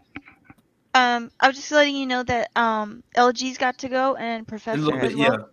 Yeah. I was damn. gonna say, I was gonna say, but I was gonna say, like I did watch the Batman movie. My only problem with these Batman movies is that they always do the same time frame. And I mean, it's always the first few years. It's either first case, the first few. We always have the same first villains, and I'm like, y'all could easily take with as much Batman lore we have. You can easily make a whole new story further into Batman's career. You know what I'm saying? Yeah. The reason why they do that is because they always got like a different actor playing Batman. I think that's they've had no structure. If they could have done it right, they could have had somebody from that particular part in the story, the same way they had Robert Downey Jr. evolve over years as Iron Man. They could have done the same thing, but it wouldn't have worked with Christian Bale because the Nolanverse was a set universe that never would have meshed well with the Snyderverse. Yeah. I'd like to see a new Batman series where it's like Batman and all of his old adversaries, but they're in a nursing home. All beat up and shit. That would have been pretty close to the Dark Knight Returns. Batman was in his 60s at that point. Hey, what about you remember when SpongeBob and they went to the Murray Man and Barnacle Boy in the retirement home? And you remember they used their telepathic powers because they thought Patrick and SpongeBob were bad, and like all those old fish came out of they're all walkers and came out of the nursing home. Before we just start doing what we always do. Yeah, let's let. So who are we leaving? We're leaving. We're losing LG man. Dude, thank you for coming back. You are always welcome anytime. And if you let me know a little bit in advance, I'll make sure to have you in the intro, buddy. But what's going on before I let you go? Shit. Just stay tuned to my YouTube channel because I'm gonna be doing all the shit, all the Strip Club Chronicles, all that shit. That's the reason why I have Strip Club Chronicles at JackTarLad, because my experience in the strip club. I just the in between shit. It's always somebody that's glorifying it or demonizing it. There's no real talk in between. That's unfortunate. This is kind of like it's gonna be so go check it out, folks. Like the Punisher's war journal, man. It's just like your war journal in the strip club. Yeah, something like that. Something like that. Do you go to other country strip clubs, or are you just the United States? I would like to go. Right now I'm stuck in the States right now, so I'm stuck in but I would like to go. Because I've never been to one in the United States. I have been to some in Mexico. Those aren't strip clubs. Those are something else. Those are brothels, dog. Dude, they used to hate my ass at the strip club because in the Army we had a nasty ass strip club right outside post, and my buddies would want to go, and you got pregnant bitches and all kinds of stuff. No. And so I'm sitting here watching football, and women will walk up to me. I'd be like the driver, and they'd walk up to me and they're like, "You're not here for the entertainment?" I was like, "I got my entertainment right here. I'm watching football." I'm watching football. Yeah. Oh yeah, they used to hate that. Some of the dancers be I'm like, bro, leave them alone then. Shit. Man, speaking of that one strip club that I went to and got the lap dance for the Everlast song Ends. Let me tell you something, dude. It was $3 to get in, $1 beer, $5 lap dances, and it was like college age chicks and stuff like that. Man, it was like, I'm telling you, this place was like, it was like some kind of dude. I don't like. Goddamn! Thank you, Joe Biden. You've ruined everything. That was back in 1998, I think. Strikes again. All right, like 25 years ago. So. Professor, you got to take off too, bud. I do. Thank y'all for having me. Y'all be easy. Dude, yeah, you're welcome back anytime, man. All right, take care, man. Later, man. But yeah, I gotta dip out. I got some family stuff to do, but I also have Another Dad's Cast interview this weekend with Small Town Famous. He's a podcaster over on Spotify. We're going to be hanging out, talking about dad stuff, his journey through fatherhood. He's from Alaska. I'm from Arizona. We're going to, talk about the differences in what the hot weather and cold weather raising of children potentially. I'm not sure yet, but give it a look. Come check us out tomorrow, 8 p.m. Eastern on Rumble, YouTube, and X. I never know where those videos go when they're done, but I think they actually come here because I send StreamYard. My Pornhub. But yep, not on Pornhub. That is not where Dad goes. Just my Pornhub. None of that. None of that platform. I've been going to the wrong place. Well, I'm pretty sure if you search Pornhub for Professor Savage Dad, you may come up with something. There might at least be one or two results. There's a bunch of meat on that grill. Mm-hmm. Yeah. Yes, all right, dude. Correctly, not Eastern time, Pacific time. Oh. Just in case I said it wrong. Oh, Pacific. okay. Yeah, Pacific. Okay, cool. Okay. Yes. So, all right, dude. Later, guys. Thanks Bye. for having me. Have a I'll great be back night. again next All right, week. see ya. One of my characters will be back again next week. I don't know. Okay. Maybe I'll have another one. Holler at me if you want to do a show here in a week or two, whenever, man. I will. I have. I'm going to start bugging people about April soon, so I'll get a hold of you, Hellhound. All right, man. Night, guys. Later. See you, dude.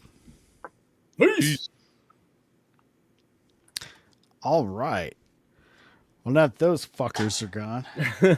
Now we can talk about Oh them. my God! I thought they would never leave. And look at Butters being all sweet over there, man. She's always sweet. She's How's my Thor? baby. Oh, she is. Oh my not. gosh. Thor is doing so much better. Oh, yeah. Like, Good deal. Good. So Night glad and to hear day. Good it. job. I'm Yeah. Good. I'm so awesome glad to man. hear that. putting more weight on his foot. He's actually drinking water without having to drink through a straw. So, oh my gosh, it's just been like, and this only happened like maybe the last 3 days. He's just been gradually getting better and better. So Is this stuff that medicine you're giving is probably building up in his system? So Yeah. it's like that's awesome. So he's got Mr. another Bass. vet visit in the next couple weeks to see how he's doing, and yeah, we're gonna get him his vaccine, and yeah, he'll be. You should get him like a little all Thor good. outfit. With like a Dude. little- Well, we got him a Thor hammer. I got Oh him yeah, a like Thor is it a hammer. chew toy hammer? Yes. Yeah. It's so Okay. cute. I got it for him the other day. You gotta 3D print him the helmet and then like, who do the whole suit. Yes. Yeah, yeah. That's get the actually a little great thing. idea. That is cool, Dude. man. And you can get him one of the little like a little doggy shirt or something that looks like Thor's Yeah. like cape or something. Dude. Or Honestly, you I'm can make a looking cape. everywhere. It's a doggo, man. Yeah, we could. I'm sorry. You know, that's- Go ahead and start the trailer. I'm so sorry. So we're getting all No, yeah. it's fine. I'm a proud mommy. I love my babies. That's Yeah, how I'm I looking forward introduced to it. seeing this David Attenborough documentary trailer here about penguins. Oh yeah. This penguin. He stands All right, over well- the cliff of the ice. Oh. I will withhold any comments or judgment until after we've finished watching the trailer. I'll pause it in between because HBO's asshole, and you guys can talk. But HBO's asshole. Asshole. All right. HBO's asshole. Let's go ahead and take a look. I'm interested to see what you guys think. Farrell's penguin. Oh, I got to click over here. It's a pretty ring.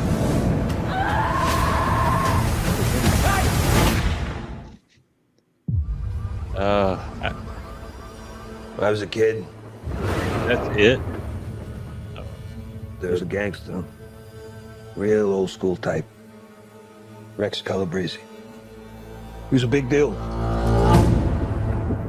He helped people. He saw you on the street, he'd call out to you. When I'm 14 or something, he has a heart attack and dies. Still holding a cigar. In my neighborhood, they throw a parade in his honor. A freaking parade. Any comments so far? I think this looks awesome. Sorry, it does. I Yeah. don't No, like. that's what I I'm don't- looking for.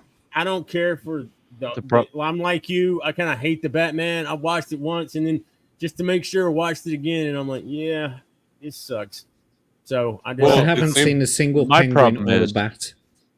Well, the thing is they're trying to do, because the penguin's just a mobster originally, right? So I think they're going that route. Well, that's my problem is you're wasting Colin Farrell here, right? So, you could have used anyone else. You're not using if you want to play a mobster, get anyone else. You know what I mean? Like it's, I don't know, it does look good. And look at the font that we have here too. It's obviously a mobster. Very Sopranos or like, The Yeah. Godfather. Yeah, and it could and it's the same font they used in the Batman, which has that kind of, which they're going for a more gritty urban kind of look. Yeah, I said I wasn't going to say anything, but at the same time, it's hard not to. Come on. Let's see then. Let's see what the rest of it has to say. Yeah, let's go ahead and finish this up. It wasn't fancy, but it was a gesture.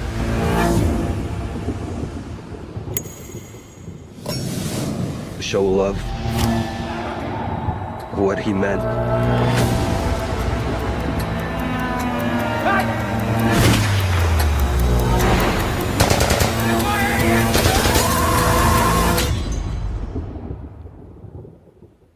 Can you imagine to be remembered like that?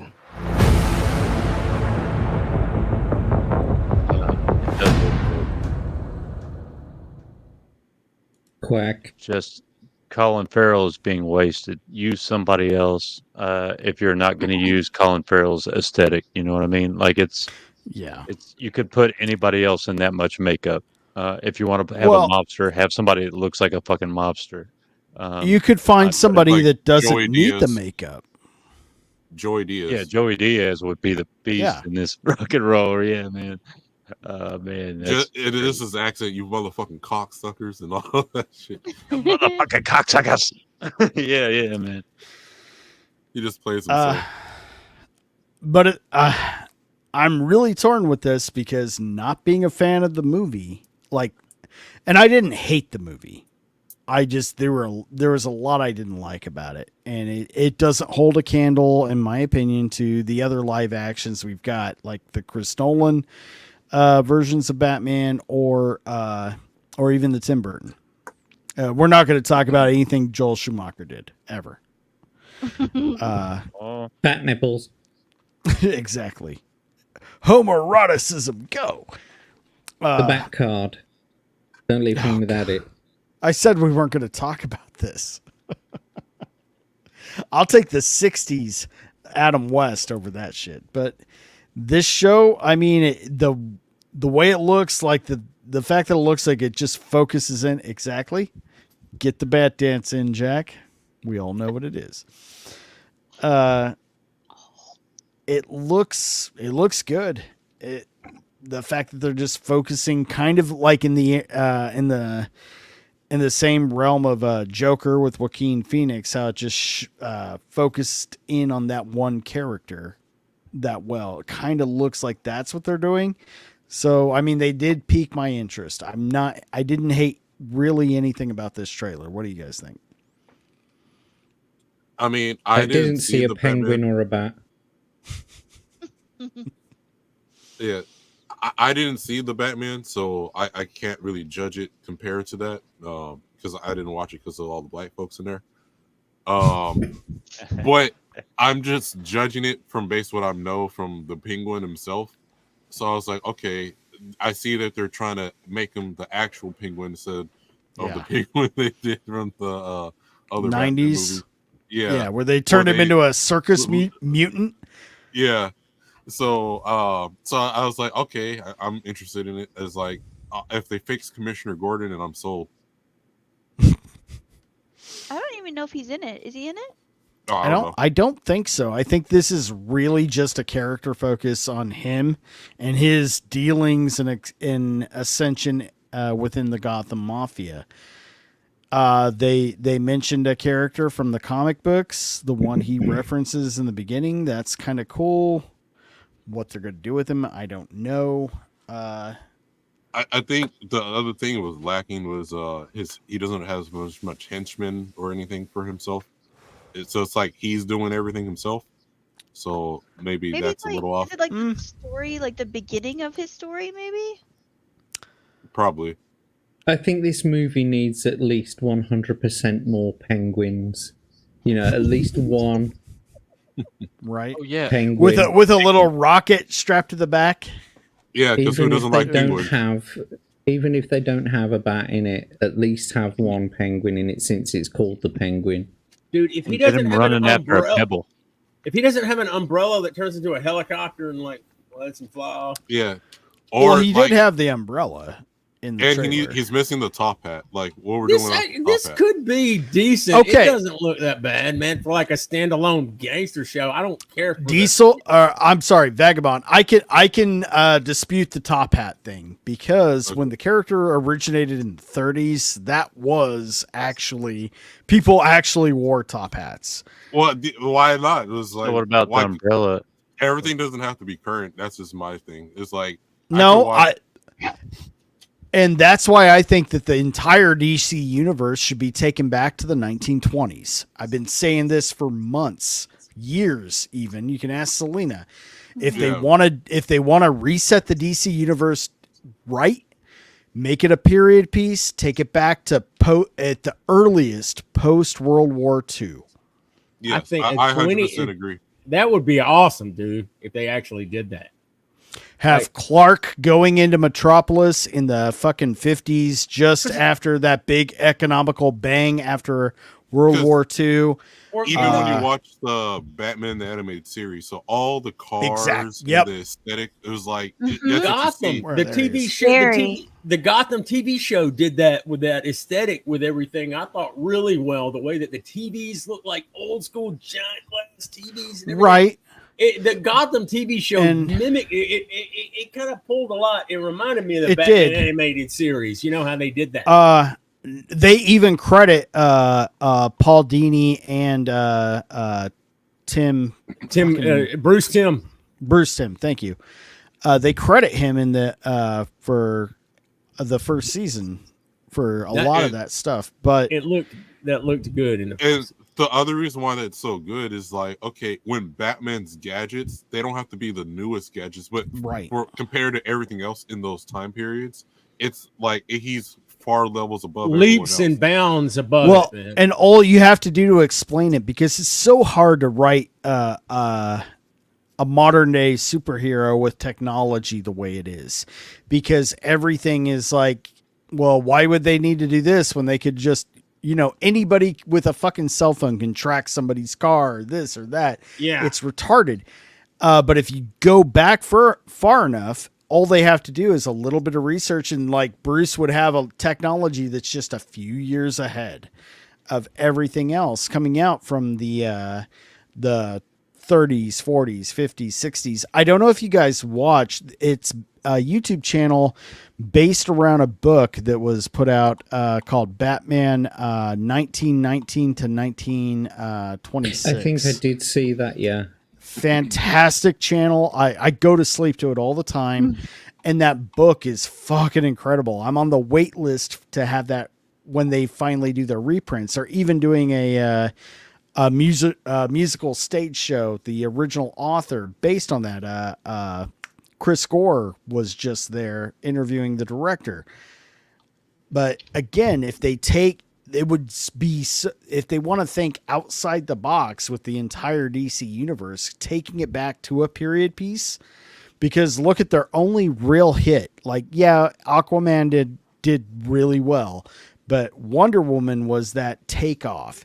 And what was that movie? It was a period piece, and going back to a different time and taking people out of their comfort zone of modern life and cell phones and everything else and the internet, and making the entire story run from that, would be that breath of fresh air that we're not having in any of these types of movies, and would set them apart. I went off on a rant, and I apologize. It's okay. I just wanted to bring it back around to what Hellhound was saying, because I do completely agree that Colin Farrell is being completely sort of underutilized. You could literally put anybody in that much makeup. You could put an actual penguin in that much makeup and it would still work. And then there would be 100% more penguins in the show than what are currently in the show. How many penguins are in the show? None.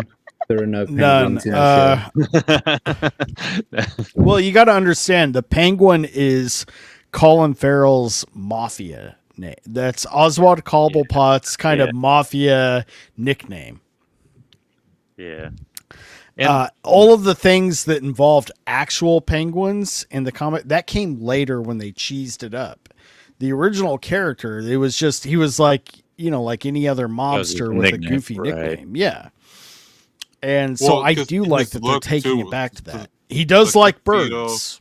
Yeah, but the tuxedo and the top hat, we always, and then you got the white shirt underneath. They just always look like a penguin to people. I'm the not way he walks. It looks good, but yeah. Nanny waddle away, waddle, waddle, waddle. Waddle, waddle, waddle. Yeah, but yeah, I think that's what's also been my disconnect from a lot of the newer Batman movies, even the ones where like they got that Hummer looking car, and the stuff. Nolans, yeah, it's because it's like you got this big giant tank thing in there when Batman's vehicles is usually sleek and slender, and like supposed to be more stealthy or whatever. And that's something I really liked about the Matt Reeves, the Batman. I loved the Batmobile. That it was just, he could drive around incognito and it was just a car. But then when he fucking starts using that car to his advantage, it becomes the Batmobile. It's like this unstoppable, Christine-esque beast. That is, and I'm not a car chase fan. Those always, it's too much to look at. It gives me a headache. I'm not a huge, there's some iconic car chase scenes that I really like. But for the most part, like the Fast and Furious movies, when it's in that part of the movie, I tune out because it's just too much fucking going on. The best car chases is Herbie in one of those races. Well, no, the car chase scene in The Batman was really, really fucking good.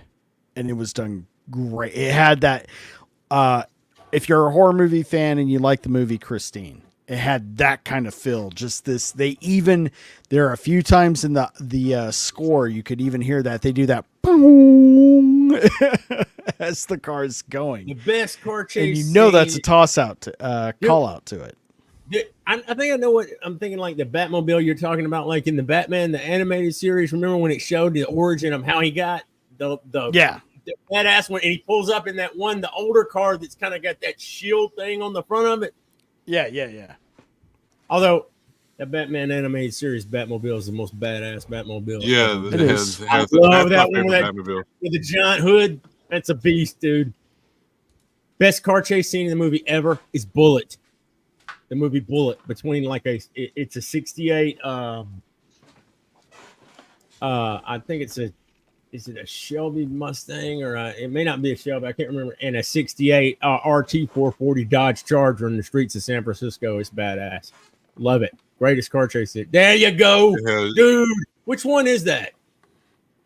That's the animated series. And I know that, but I mean, is that the one that they came out with a couple years ago? I used to have the Kenner one, and I sold it. That's got man. Is that the one that they had for like $100 or something like that a couple years ago? Man, I really wanted to get I got it. It was about 70 when I got it. Well, I got it. Didn't I get that for you for Christmas? No. I got this one myself. I had the old. Did you ever have the old Kenner one?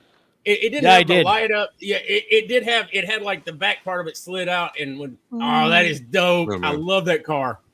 Somebody made a real one of those. Like a car that looked like that. And they went around. Did you see the video? They had it like peeling donuts and stuff. Oh, like it works? Like it actually... Like an actual car. They made it look like that. Yeah. And they were peeling donuts. Let me see if I can find that video. I got a bunch of miniatures for the little one. Oh, that's fun. I wonder if I can 3D print one and put lights and shit. How old's your little one? Oh, you could. No, you could. Vagabond. I have so many models that I can, they even have the diagram of how to put the lights in, instructions of how to put the lights in. It's like, that's so much work. It's like, oh, I'm going to do this someday. But shoot, like I've got the Iron Man doing the snap, and it has all of the emblems lit up, and it tells you exactly how to print it, where to put each LED light. It even has a spot for the battery pack down at the bottom. See, I would totally be down to do that. So, yeah, send me the link. I'll give you the model. Oh, I have it. I'll send it over to you. Oh, that's cool. I just have to find it. Yeah, because I'll take the time to 3D print that out, and then but eventually once we get bigger 3D printers to where we can actually print like larger size car parts and like doors and stuff, that would be awesome. Well, I mean, I remember a few years back they actually 3D printed a house. Yeah. There's there's places 3D printing bridges and houses. It's just on a consumer level. That's where we need to get to. Is where it needs to scale. Yeah, so if we get like on a consumer level where we can 3D print like car doors and stuff, or like panels, and let's build your own car and shit, that would be awesome. And then you just be like, hey, I know it didn't pass the safety standards, but I'm willing to take the risk. But I don't know about using it in like actual cars. Replacing car parts with properly manufactured things. I don't know about that, but for like doing full size scale replicas, etc. I'm down for that. Yeah, well, with some people, there are communities out there where like the 3D printing parts that like for older cars you can't really just go out. And buy anymore. You basically they're having to fabricate it for some of the things. It depends on what kind of car it is to make a part. That's actually cool that you could do that. Something that's discontinued or it's not all that popular. But you can do that on a lathe. You can machine steel or aluminium on a lathe and make those parts. Even if you 3D print them. Well, even if you 3D printed like a car part, right? And then like you got like fiberglass and stuff, you can start messing with that on top of your print. Like so your print's just like the base mold, whatever, and then you can just turn it into whatever you're trying to make or something like that. So like if I was to do a car like that, I mean most cars now they're not made of steel anymore.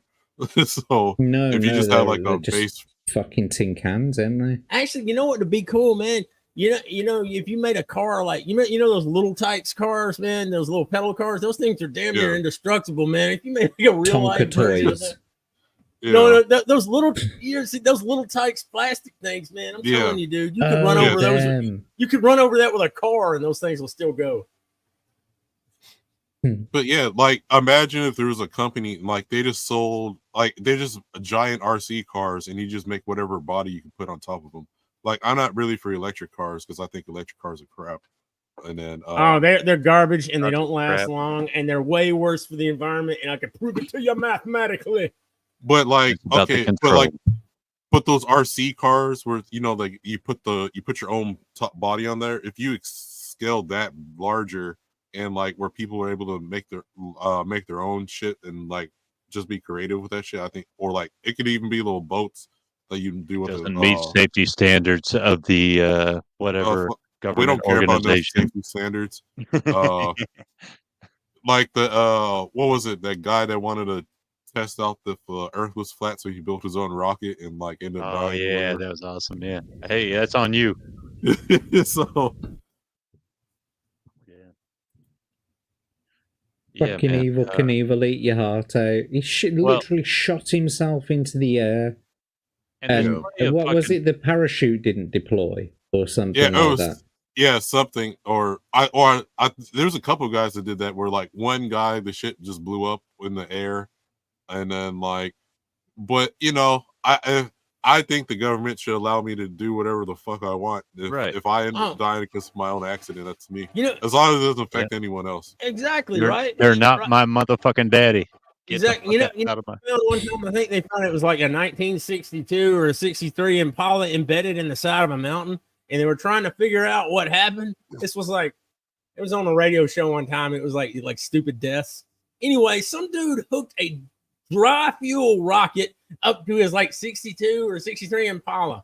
Now, if you know anything about a dry fuel rocket, the dry fuel rocket doesn't stop burning until it's out of fuel. That's like what they use on the space shuttle, like the solid fuel rockets and stuff like that. So basically, this dude sets it off, and I'm sure maybe when he gets to about, I don't know, a couple 100 miles an hour, he probably thinks, you know what? This was a bad idea, and decide to hit the brake. At which point the tires, immediately became ash, and the car went airborne and it was embedded in the side of a mountain. Yeah, it's like, okay. This may not have been a good idea, y'all. But it's like, okay, we didn't get the Wright brothers or anything. Well, like, yeah, like we didn't get that because of government regulation. You don't get that when there is government regulation. Yeah, like all these people trying to be the first to make the flying vehicle and shit. I wonder how many motherfuckers died before the Wright brothers finally perfected it or something. I just like, and then once they now we're flying across plant. We're not sailing on boats across the ocean anymore, and we like it take me like 16 hours to go to UK if I wanted to right now, thanks to the Wright brothers. And then I'm just saying, we just want the innovation to do whatever we want. Right. We should have flying cars by now, but the problem is, there's been plenty of people that talked about like the big car. We have lobbies and they talk about the sugar lobby creating a bunch of problems, and hemp back in the day, or going against hemp. But like the car industry, car lobbies keeping the small guy out with just like backup cams and other bullshit that they make mandatory through the government. Yep. Or the biggest one right now is the small pickup trucks. So that's why we can't get two-door pickup trucks anymore, because of stupid California emission bullshit that they want to have. And those key trucks they got in like Japan and shit, we can't even get those shipped over to the United States anymore because we got like some dumbass states blocking that shit. People are I've been working on right this over new here. I'm trying to design find them. I've been working on this new design for a nuclear weapon. It's like a new firing mechanism for a nuclear weapon, but I can't test it because fucking uranium is apparently like regulated or some shit like that. So, hey, yeah. I'm all for suitcase nukes, baby. Make the next Fallout. They should just let me be able to do whatever I want without consequence. We could have cars running off water if you wanted to, splitting the H2O water molecule up to HHO. You could run a car off that, but they're sitting on that. Yeah, but the thing is, the electric cars are garbage, man. They have a limited range, and they're not better for the environment, man. What we need to do? No, they're definitely not better for the environment. The worst. Oh, that stuff is terrible. I have extreme inside knowledge on so my dad went on to work for a big corporation out of Cincinnati, and he was head of transportation up there, and they do a lot of intermodal moving, and they were trying to go all electric, but it's impossible because like you said, it's not practical at all. You would have to buy twice the amount of vehicles to charge, and then you would have to implant all that charging technology everywhere. Shit. What feeds those chargers? The national grid. Right. That's And the powered grid by is already. Have you ever seen those fields of the abandoned electric cars over there in China? Got thousands of those things that laying around, man. Right. Yeah, because you can't just get rid of the batteries either. Yeah, the batteries are hazardous waste. They're hazardous waste. They've got like cancerous chemicals in them, like electrolytes in them, that kind of thing, and you just can't just dump them. And it's like all the cobalt and everything that goes into making all of these new fangled batteries, and the cobalt mines in where they places like fucking Africa and that, you know, where they've got like slave kids you've digging up videos. all the cobalt for these new batteries and all this new tech, all this new electric car tech. And it's like, how is this much better for the environment exactly? Or not just the environment, for the people. That's where I started to see through the bullshit while I was in the military. Was we're standing around in Afghanistan guarding poppy fields for one, right? So we're guarding poppy fields for what pharmaceutical companies. Yeah. We're guarding them, aka seizing them, and then with AKs. No. They are. Yeah. But and then we're standing around guarding the lithium mines. So it becomes obvious what we're doing here. We are protecting our resources for these guys' bank. So, I mean, people that can't see through that, I feel sorry for them, and see through all this green energy horseshit. It's just it's a scam, dude. I'm an environmental scientist. I'd be happy to go along, but like it's all a scam, dude. It's a total scam. How dare you? How dare you exploit this girl and let her say all this nonsense? I should be in school getting fingered behind the bike sheds by some chap named Mark. But instead I'm here getting... How dare you? Remember Ernest? I'll be back. Who was that? Well, apparently I missed a lot. Yeah, you did, man. Jack was talking about that potato Greta Thunberg, and he started talking nasty about her. And I just thought about Ernest, you know, and Ernest Goes to Camp when he lifts up the toilet and he's like, doing all that shit with his face. Burn. That's funny. Burn. Hey, man, that dude, like, he used to do, like, it was hilarious, man. I think he used to do, like, these commercials, like local commercials. Yeah, he did. How he started out doing, that's like, Jim Varney. Yeah. Some of those movies, man, we should have a watch party and watch some of those. They're hilariously, no, man, they're hilariously stupid. I don't know, though. Last time I saw I love those movies. I grew up on those. I was really drunk last time I saw that stuff, and I thought it was hilarious, but they're probably still I was 6 the last time I saw them, and I thought they were very hilarious. So you watched them more recently than I have, but from what I remember, they were good. You gonna make it, Jack? Do you guys want to do? Sit through fucking Ernest does whatever. Beneath these sunglasses, he's dying. His eyes are just dying. Yeah, I got mine right here. What piss holes in the snow, mate? Let's do. This may be the last one since we're already running overtime, but here we go. Yeah.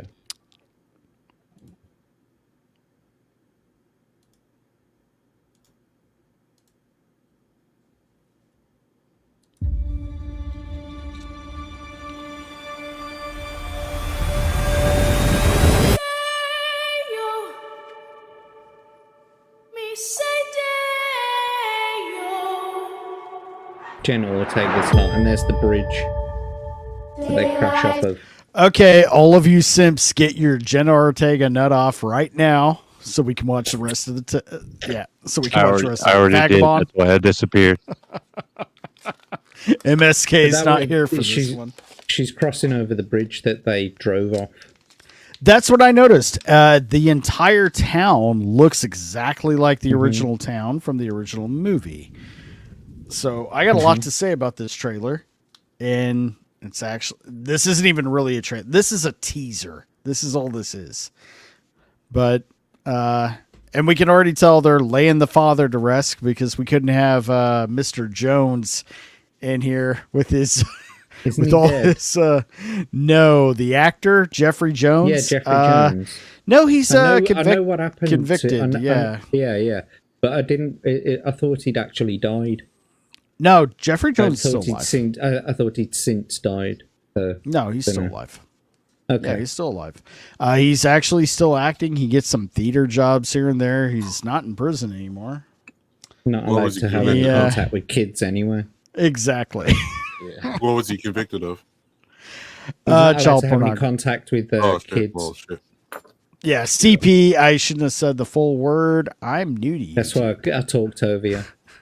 Thank you. I knew you were going to say something. That's why I It was my fault for asking what he did.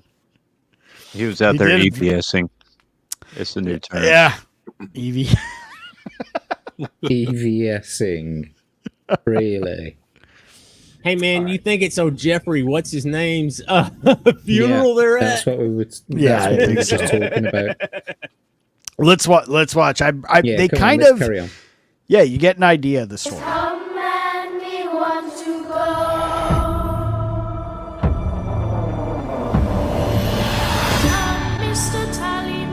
I'm glad they had Catherine O'Hara back. Because I have to posit a lot for this song. Yes, I do agree. I'm glad that Catherine O'Hara's back. But that's not Harry Belafonte, so I don't see what the problem is.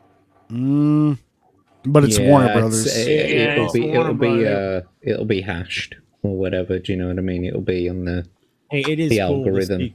Detectable. It's cool to see Catherine O'Hara too, man. Like I've been watching Catherine O'Hara since like SCTV. You guys used to watch that? She's a fantastic actress. TV, yeah. She's a great comedic actress. She does great improv. I got no hate for Catherine O'Hara whatsoever. I think she's fantastic. She was really good looking back in the day too, man. Funny though, funny and good looking. I'm just like, how's that work? Man, she's got at her range. age, it's crazy. She man. could still get it. Yeah, she's got a range too, man. I mean, like all the different stuff that she's been in. Now, my only problem so far with the trailer is, okay, we know that Jenna Ortega is Winona Ryder, Lydia daughter. Why couldn't they have incorporated a dad? No, I don't know. It seems a little. It'd be a new character, kind of to replace Jeffrey Jones. Maybe make him. I'll wait and see. I'm gonna hold out judgment until we see the movie, but it just seems kind of silly that they didn't just have a cast. It would have been a great opportunity to cast a Hispanic actor for the role of her dad. Yeah, it doesn't meet the checkbox. I didn't see a checkbox for dad. Right. They wanted Benicio del Toro. You're not quite on the list. Wanted to, but unfortunately, Pedro Pascal is working on other things. Fuck that. No, I was thinking more Benicio del Toro. You got no, they'd have chosen him, wouldn't they? Banderas, yeah. It'd have been Pedro Pascal, though, wouldn't it? Do you think you could be staying married to Winona Ryder for any period of time? Let's ask Dave Grohl. You know what? Just to say fuck you to Hollywood, Tim Burton should have got Johnny Depp. Hell yeah, man. No, he shouldn't. He would have. I can believe Jenna Ortega as Lydia Dietz's daughter, though. I can totally see that, though. You know what I'm saying? Because her character is Lydia Dietz, like dark hair and everything like that. I can see that. I could see it doing. Her and that chick that plays Audrey in the Park and Restorations or whatever. Oh, Audrey Plaza. Yeah, that's her name. Well, shoot, that's my other crush. I'd say that Audrey Plaza is awesome. I'd say Jenna Ortega is really pretty, but like I don't know, she's a couple decades too young for me to even say that, man. Yeah. Yeah. All right, let's fit this in very long.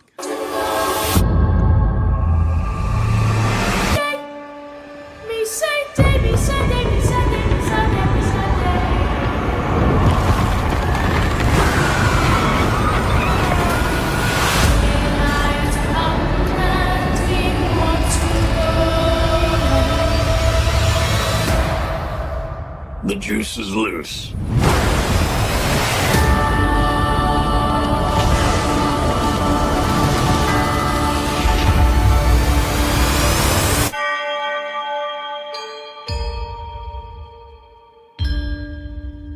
Any chance that you can skip it back and hold it on that last shot on his face? Yeah, I think they could have done a little de-aging on him, man. You know, somebody brought that up, and now I can't not think about it. You know what I mean? Just because, you know, he is a ghost. Although I think it would be hilarious if at the beginning of the movie he's still waiting. I think it's after the title. Waiting. It's just after the title. There you go. There we go. Yeah. Get rid of that facial hair, please. Yeah. I mean, he looks more like how you would think Beetlejuice would look now than he did in 1980. Or the Beetlejuice cartoon. Yeah. Oh yeah. I loved the Beetlejuice cartoon. I love that cartoon on the internet. I couldn't see on the internet, but like V. Neal did the original effects and makeup for Beetlejuice, and I wonder if she did it for this one, because I mean it looks very close to the original. I just think that the eye makeup is a little bit heavy. It was a little bit more blended out in the original, I think, and I don't know. The eye makeup has been bugging me too. It's so fucking just pronounced. But the other thing that is bugging me about this, the other thing that's bugging me about this is, why did it take for Jenna Ortega to lift the fucking plastic off the thing for it to open up and for Beetlejuice to come out? Or did she? I reckon someone's got to have said Beetlejuice. Well, you don't have to say Beetlejuice. When he's on that little table thing, they're just there. But once you say Beetlejuice, then they come out. Have you seen the original movie? Yeah, of course I have. Yeah, but like, I know how it. Yeah, that's what I was saying. I know how it works, but there's got to be. It's got to be. You got to think about how the story's going to play out. General Ortega's going to accidentally say Beetlejuice 3 times, yeah. Nothing's going to happen. And then she's going to go back downstairs, and like all of a sudden, that's when it's going to happen, sort of thing, you know, like it cracks open, and then Lydia comes running up the fucking stairs, see that it's cracking open, and it's like, this is loose, or whatever. Well, I think just like in the original, he's going to somehow, because he doesn't have to be fully brought forward to do anything, because in the original he monkeyed around. He can manipulate. He monkeyed around with stuff in that little village, man. And then you remember they made a little. He manipulated Lydia. They made, he was the snake on the banister, weren't he? That was when he was released, though. When he turned into the snake. Wasn't. Yeah, it was. Yeah. The ghosts, Alec Baldwin's wife, released him, and then she put him back when he was getting too dangerous. Yeah. But then Lydia goes in and it's all, you know, Lydia and depressed and emo and shit, and talking to him in the little while he's not full the movie. power. I have total recall of the movie. That's not what I'm saying, but when he still turns into a snake. Yeah. I think after he's been brought out of the grave. Yeah. After that first time when they get sucked into the you know, the fucking model. Yeah. And then they have to dig him up out the cardboard and shit. Yeah. And they dig him all out, and it goes through that whole spiel, and then they come out of the model again. And now he's free to do all those other spooky shit, you know, the bioexorcism. It wasn't until they released him fully. They had to say his name 3 times after digging him out. You know what, though? On a different note, he does look like Beetlejuice from the cartoon. They say his name 3 times, and they get sucked into the model. That's the first time that they say his name. Yeah, the first 3 times, and then he gets sucked into the model. They release him from the grave, and then after that, then he can do all that bioexorcist shit. Until then, he was just like an advertisement on a screen. Right. And then they sent him back by saying his name 3 times again. Yeah, when they were after he was the snake. And he's like, Oh, yes, I see what you mean. Yeah. So they sent him back from his his the first freaky time shit, they went yeah. into the model, And they then he said it again and manipulated left. Lydia to bring him. He manipulated Lydia to bring him back to save Alec Baldwin and his wife, Gina Davis. Adam is the character's name.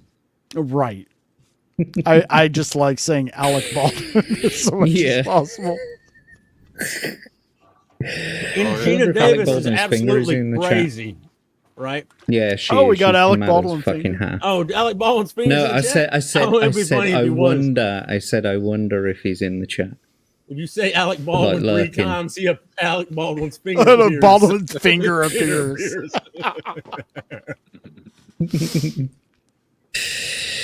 I have not been paying attention to the chat tonight at all. So,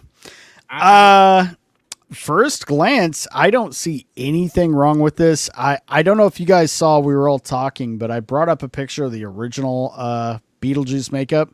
It was Not a on little. Here, you didn't. Let me do it again. He does look like the cartoon version though. Yeah, there in we that go. one, he looks like the old like grumbly cartoon version. It's still tripping out. Man, that cartoon was so That was good. the, That I watched it every day, man. that was Yeah, so my look, you can my see- Beetlejuice in a lot of ways. You can see like like V Neil's put all that sort of extra rotten color around the edge of the hairline. Right All there. that, you know, that bruising and that kind of thing. And the eyes are blended out far more. They're just a little bit more subtle than like deep black with the contrast. He looks like he ought to be wearing his Batman costume over that makeup. Let's go back to dark. He looks like Beetlejuice in the cartoon. Y'all were absolutely right for looks saying what he looks like. Well, He looks- Jack, he I looks gotta there. say, He I gotta looks- say one thing though. This is also under intense green lighting.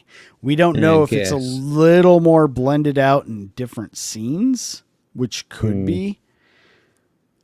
It's definitely more stark. Where the other one, you can tell they mixed a lot of tan. It's not just black. They mixed tan, purple. I'll go back to it, and you can kind of tell. See what I'm saying with the it's a lot more subtle. It's not quite so contrast. Yeah, it's far more subtle. Wait a minute, it's the former mayor of Chicago.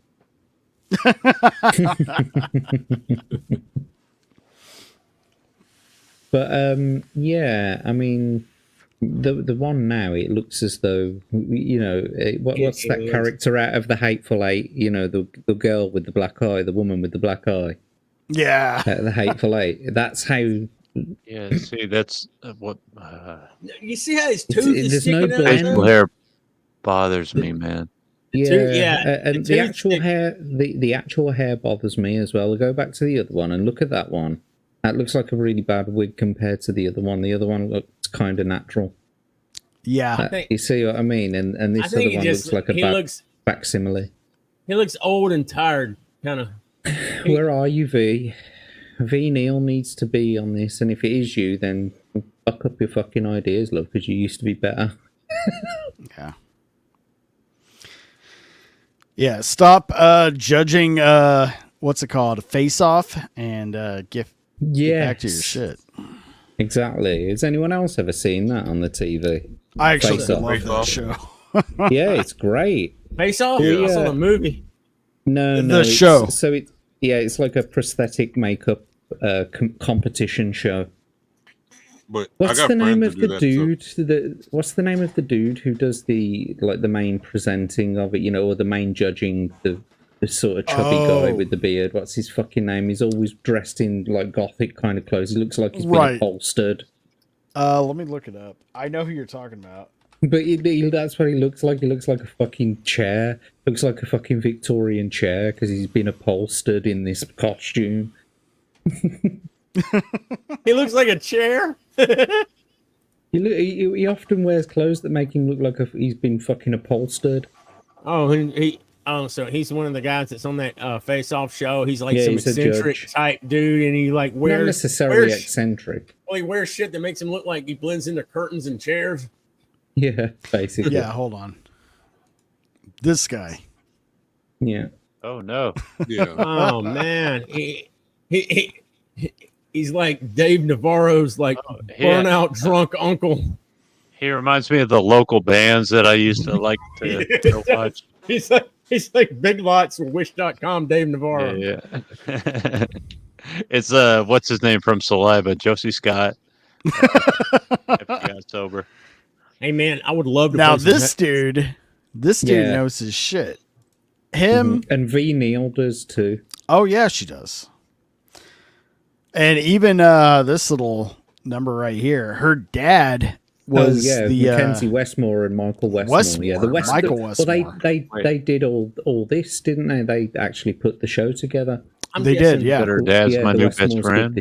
I'm guessing. And Selena... so Michael Westmore, as I'm sure Iron was just about to say, did all the makeup effects for Star Trek. Yep. Selena digs this show, doesn't she? Oh yeah, she does. It seems like something she would like, man. And just To be honest, I turned her onto it. That's like the first and only reality show I ever independently got into, without any outside persuasion. I was just because I've always been into makeup and practical effects and all of that, and there have been some really incredible displays on that show. Yeah, exactly. Well, and it's good to see. It's also good to sort of like watch them and going through the process of making the sort of clay form. Making the actual clay sort of sculpture and then forming it and then casting it again and making it, applying it to the actual actor's face. But some of them really do turn out bad. Oh, yeah. Some of them are really fucking awful. I watched some stuff, and you can see that the actors are standing there, and they're like, "I don't want to wear this." Yeah, I saw some stuff on Terminator 2 when they were doing like the freaking blowed up, the blowed up, like when the T-1000 gets blasted, his whole face is split in half. Yeah, I saw like some stuff that was going around Twitter the other day on that. The only reality type show that I've ever watched several a good bit of was Comic Book Men. Yeah. I know that was years ago before Kevin Smith. Before we knew Kevin Smith was a complete fucking sellout and a douche.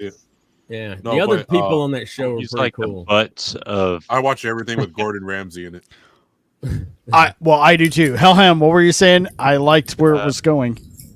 Yeah, Butts, the guy that cried from fucking Star Wars. Which Star Wars was it? All of them. I can't remember. If it was the Rise of Skywalker or not, but he broke down crying. They just on Mahler and Ryan's last episode, or second to last episode of Star Grift, they played it. Oh no, wait, no, that was what's his name? The guy that does the videos on Star Wars Theory? Star Wars Theory? No, it wasn't Star Wars Theory. It wasn't the Star Grift. It was the guy that Gary has been promoting. My bad. Now I feel fucking retarded. It's Grizzy. Grizzy just he's been doing streams, and he did a stream the other day, and they played the Butts guy watching the trailer for Rise of Skywalker. The guy where he was. That guy? No, he starts crying. Legit crying. Oh, like I know what you're talking about. Yeah, I seen him from It's a Gundam. It's a Gundam played remember the guy that was like watching Star Wars, and he says it's not the older Star Wars. It's like one of the newer trailers, and the guy starts like crying like a little baby or whatever. And it's so he was watching the Acolyte, and back it was either Rise of Skywalker or. It's one of those guys that's just like a super Disney Star Wars shill. And I think I know who you're talking about, man. I think I know you're talking about. He went viral on it, and he's a big beta bitch. Yeah. And, I mean, anybody that's crying. The only reason you'd be crying at that is like if somebody had you strapped down like Clockwork Orange and forced you to watch that shit. Like this guy was crying like it was the most beautiful thing he's seen in his life. And I'm like that one dude that had the glasses. He's like, that's what we're talking about. That's who you that dude. Yeah, man. The soy is strong with that one. So Grizzy, he's the one that does the little like videos of all these weirdos that fucking like are so that are like shills for Disney that don't actually love what's going on, but it's like they're getting paid. It's really strange.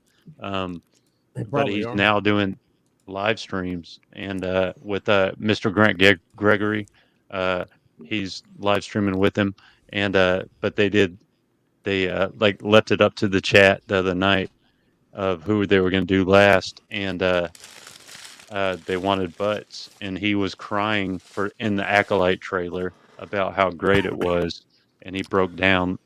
Well, I guess let's get ready to cry. Yeah. Wait, are you actually gonna watch this dog shit? Yep. This Star trailer Wars pissed me pack off. of shite. Close your eyes. I can't close. This my eyes. I'm like that's me. I'm that alien thing. That's me. It's my reaction to this whole thing. You can't call the monkey guy. I already did. I want to be him too. Did you see That's my the way I response to look. Gary? Did you see my response to Neurotic on the No. his tweet the other day? No, man. I did. I saw the cotton thing. Yeah, I saw that shit. Yeah. That was hilarious.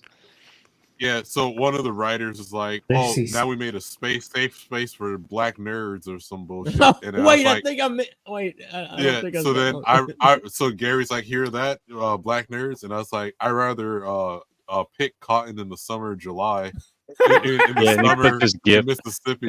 And I was like, and then watch this crap.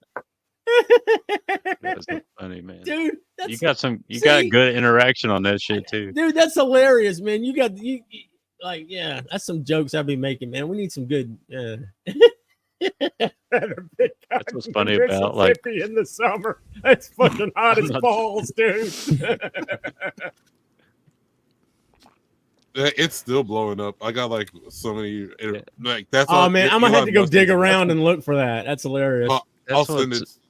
I'll post it in the chat. Put it in the chat, man. It was put great. It in not Discord, but the Rogues Gallery group. And look, I'm new to social media. I've stayed my whole life away from it. And then, so what's funny is seeing the interaction when I post EVS's like subscriber numbers. Like I do it once a month now, and everybody loses their fucking mind. Where I had more people liking and looking at EVS's subscriber numbers than I have people on my Twitter. And it's like, it's really strange to see on the both times I've done it that I have more like likes and shit on it than I have people following me and stuff. I'm still new to how it all works, man. It's weird to see. I think that's awesome though. Like you're getting noticed.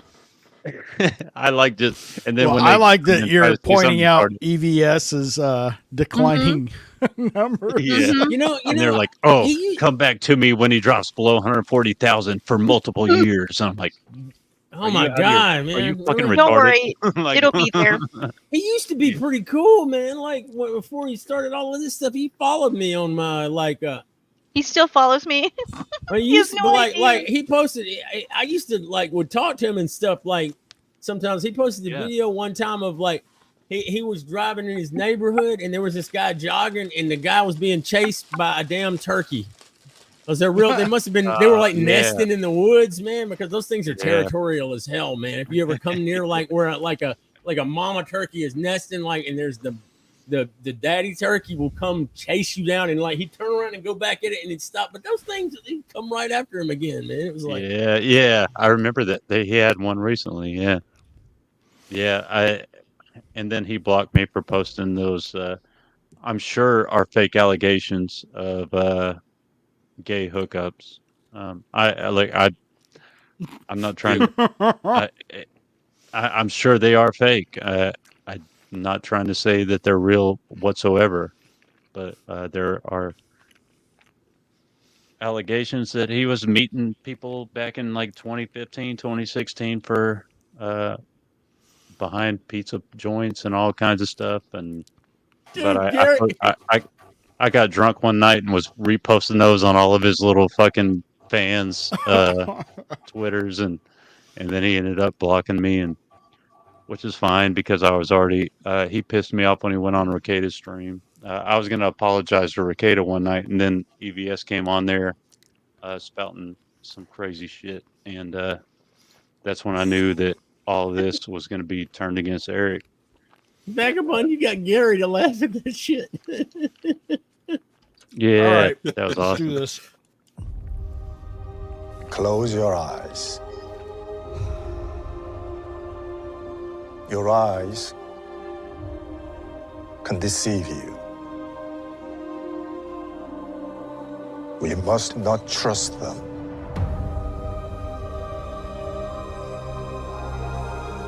Tell me what comes into your mind.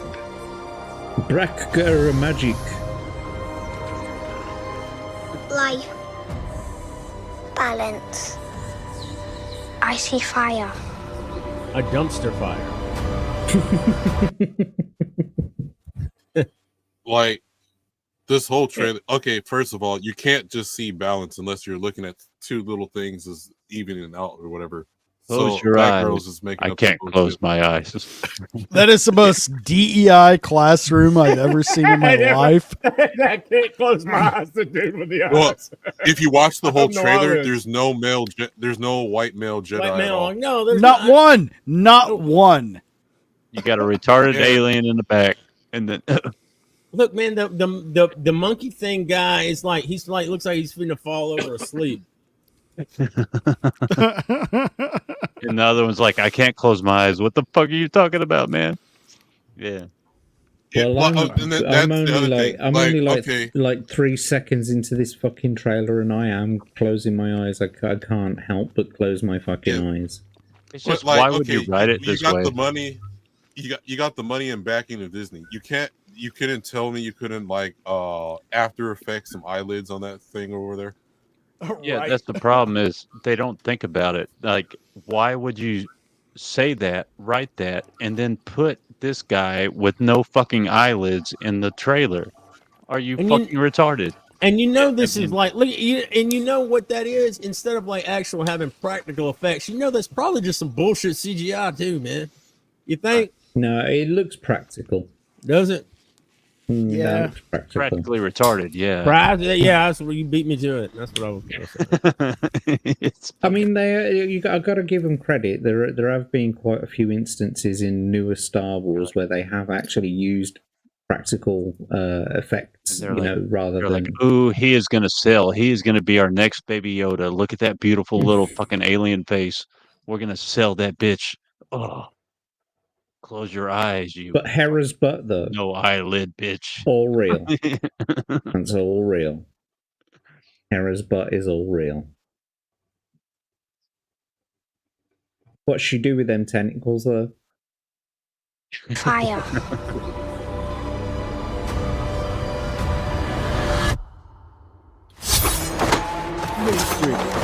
Main Street.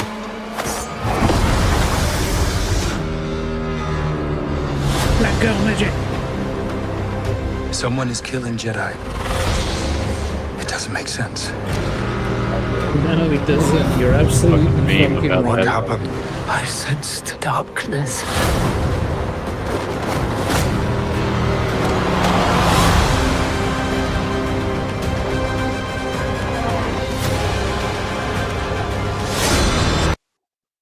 Oh my god, two girls fighting. Oh my god, this is gonna Does be like action. anything about this feel like Star Wars? No, but Feels see, like the Matrix. we're not even at the Trinity. worst part yet.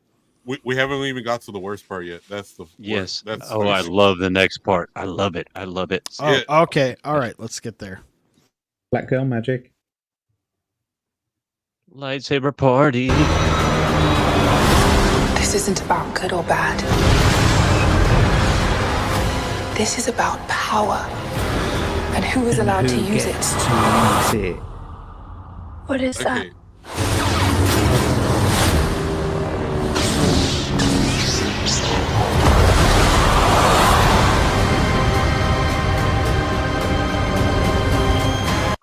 So Star Wars this is is what saved. So this is what I call it, Jack. I call it Star Wars Black Girl Wakanda magic in space.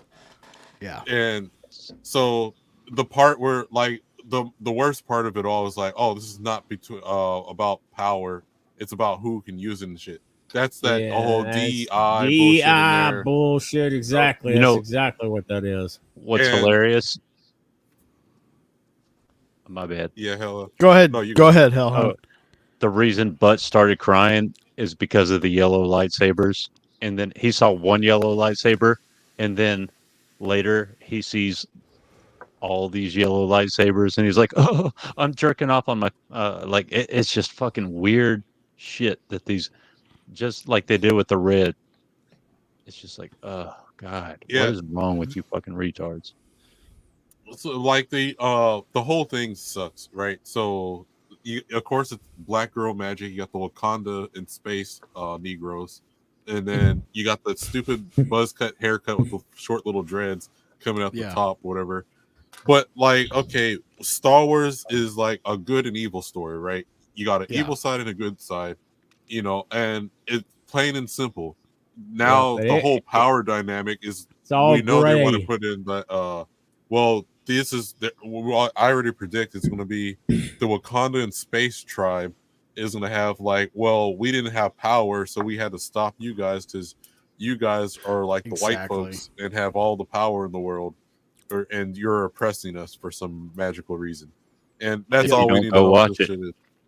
Yeah, they're gonna make the villains sympathetic, and of course, it's about a power struggle. And you can't have good, and you can't have like, because they don't understand good and they don't understand evil. They always like you can't. It's just a bunch of it's just garbage. Well, they're gonna I read this. They're gonna have a scene where the Sith actually go and take out a bunch of younglings at a music festival, and somehow they're still sympathetic. Oh my god, is it a Lizzo music festival? Nobody got that joke. Well, I thought it had to do with the Israel thing, but like, I know that what was it? One of the lightsabers is supposed to be like a whip now or whatever, which like makes no sense. No, it doesn't. It makes about as much sense. You remember the lightsaber, the fold out thing from that Rise of Skywalker trailer that would like literally could just accidentally cut your fucking leg off and shit that Rey had. Oh my god! Remember that flip out thing? Yeah. God. That reminds me of the funniest thing, the best thing about all of that was Critical Drinker's review of that trailer. That was one of the funniest things. I think ever. Iron, if you want to show the tweet now, so the audience know. Where'd you put it? Picking it. Oh, okay. Yeah, if you show that and then scroll to the top first, because to give context. So the writer of the Alkalate says, now they made a sci-fi space safe for black nerds. Like it was ever dangerous for black nerds. Not safe. Get the fuck out of here, Becca. I grew up on, the Dark Crystal and all those. I never I just enjoyed the stories. I don't have to see myself in any of this bullshit. I'm there for a hero's journey, and that's it. Not one time was I afraid of watching there, and the nerd space was more accepting to me because everyone else is like, well, you like all that nerd shit or whatever, right? Like, while everyone else is out there playing basketball and shit, and I'm trying to watch Speed Racer. But it's like, you go, okay, but you could see my comment, like, scroll up. So I responded, I said, I'd rather pick cotton during the summer in Mississippi than watch this crap. Dude, that's dude. It's great. And what's funny is it wasn't even being like, as a nerd in general growing up, it doesn't matter what color you were. Like I was talking about, man. I mentioned this in somebody's chat before. I know you were there, Baga, about how I got jumped for my Pokemon Red on my Game Boy. Well, that and my Pokemon cards, I got jumped on the school bus for my damn Pokemon cards and my Pokemon Red. Like, it doesn't matter what color you are, you're getting jumped because you're a little nerdy fucking dude, Yeah. Dude, and that's why, and I know I've said this on multiple streams. I've been going to comic book stores since I was able to. So about I would say I was 10 in 1982. So about 1982 till now, current day. There have always been the only thing not diverse about the everybody in the comic book store was the nerddom. There've always been white, black, male, female, Hispanic, fucking Asians, huh? Especially once we start bringing in the manga, then they start coming around. It never mattered, and in the fucking late 90s on through the early 2000s, nobody gave a shit. Nobody did see. Well, this is what's happening. It's affirmative action, but placed on nerd spaces. No, it's Obama putting this whole let's divide people about all this is Marxism, cultural Marxism shit that got ramped up to 11 by that piece of trash Obama. Saying everything racist. Everybody was getting along cool, man. Everybody in my fucking generation, we didn't give a shit. Everybody was fucking I remember cool, it. Yeah. I remember it in 2008 because like my best friend started dialing that shit up, man, because that's what that evil fuck is doing, man. Now, one thing I will. Oh, go ahead, Hellhound. I'm sorry, dude. No. Look, my best friend growing up was a black dude, right? Like since I moved to Tennessee in like 4th grade, and Saturday mornings we'd get up and watch Dragon Ball, right? And we played Star Ocean, man. Star Ocean was the beast. And plenty of other fucking games, right? And then but then we get all the way to 2008, and then all of a sudden it becomes polarized where they're saying the nation doesn't want a black president, and that they're showing all this fake hatred and all this stuff. And then that's where the politics start coming in to divide us, right? Where he's saying that, like, people all of a sudden, when all of us have been together, all of a sudden we're divided and we aren't together because the media is telling you that. It's really strange shit, man. It's Marxism. That's what they're trying to do, divide everybody, man. Yeah, and here's the other problem too, right? So of course, different types of people have certain interests that they go towards, right? So, for instance, a lot of nursing jobs, it's mostly women, right? And we never go, well, man, there's not enough men in here, so we need to get more men to become nurses or whatever, right? And, well, that's what they're also doing. So, most black folks aren't really nerds. Like, there's a select few of us, and then we got picked on by other black folks for being nerds, and we were called, we weren't black enough, or all that type of bullshit, right? So now it's popular to be nerd out, whether it's gaming, you can make money on it and stuff now. And they're forcing it into here where it's like, well, we have to, in order for all these other influence of black folks to be in here, we need to have black characters, black this, get rid of all the red-haired characters. So we got the Black Little Mermaid. It's basically affirmative action, but in the nerd space right now. And that's why they're hiring all these weirdos that never liked the source material in the first place, and so they can check some boxes and stuff because it's Marxism. Well, and they're hiring a bunch of POC black, not just black, women of color. That I hate that. They don't give a shit about any of that. They're just activists. Yes, they are. Like the I Am Not Starfire, and then the Velma series, right? If you care about Scooby-Doo, if you actually grew up and loved Scooby-Doo, there's no way you would have came up with that abomination and said, of course not. Yeah, you would have made something in honor of the original that came before and added to that story instead of like, well, Shaggy needs to be black, Velma needs to be a bi woman of color and gay for whatever reason. And like changed all the stuff, and you could have made your own series, like what's the comedy Drawn Together, where it's like a parody, parodies or something, or we got the Smurfs, and then we got the Snorks. You know, they're not the Smurfs. You're right. That Velma series was done straight out of hate. There is nothing but hate and loathing in that damn show. And that's not the only example. Every single example when these activist type people. I'm not going to say it's just, women of color. It's also white women too. Whoa, good. They're the ones who do it.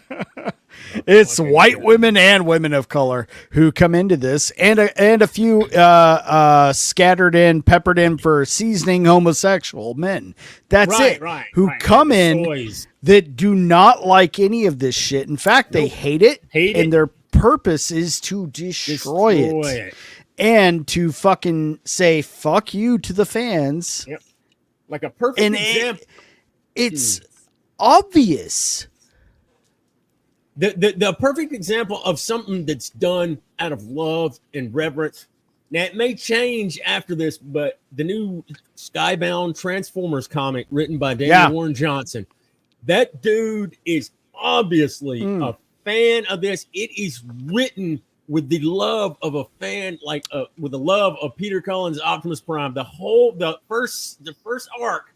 Now, it could change later on, and I'm not saying that it won't, but that first 6 issues of that comic, that first arc is an absolute fucking love letter to Transformers. It's fantastic. And I am going to go get those. It's so good. I am going to go get those, actually. Another good example, Diesel, and this is a little older. I mean, the next season's coming out eventually. Cobra Kai. There you go. Yeah. Cobra Kai is a perfect example of respecting the source material and honoring the original characters, and introducing new characters. And guess what? They're well written and they're fantastic. And they having to be diverse people too, man. But it doesn't matter because they're just good characters. It doesn't matter who. If it's written well, it doesn't matter who they are, man, or what color. Cobra Kai knocked it. Even with the seasons that are a little over the top and get a little crazy, there's not a season of that show I fucking hate. Nope. There are ones that are like season 2's a little like, okay, we're kind of jumping the shark here and there. Yeah. But I love the fucking show. And they do a great job.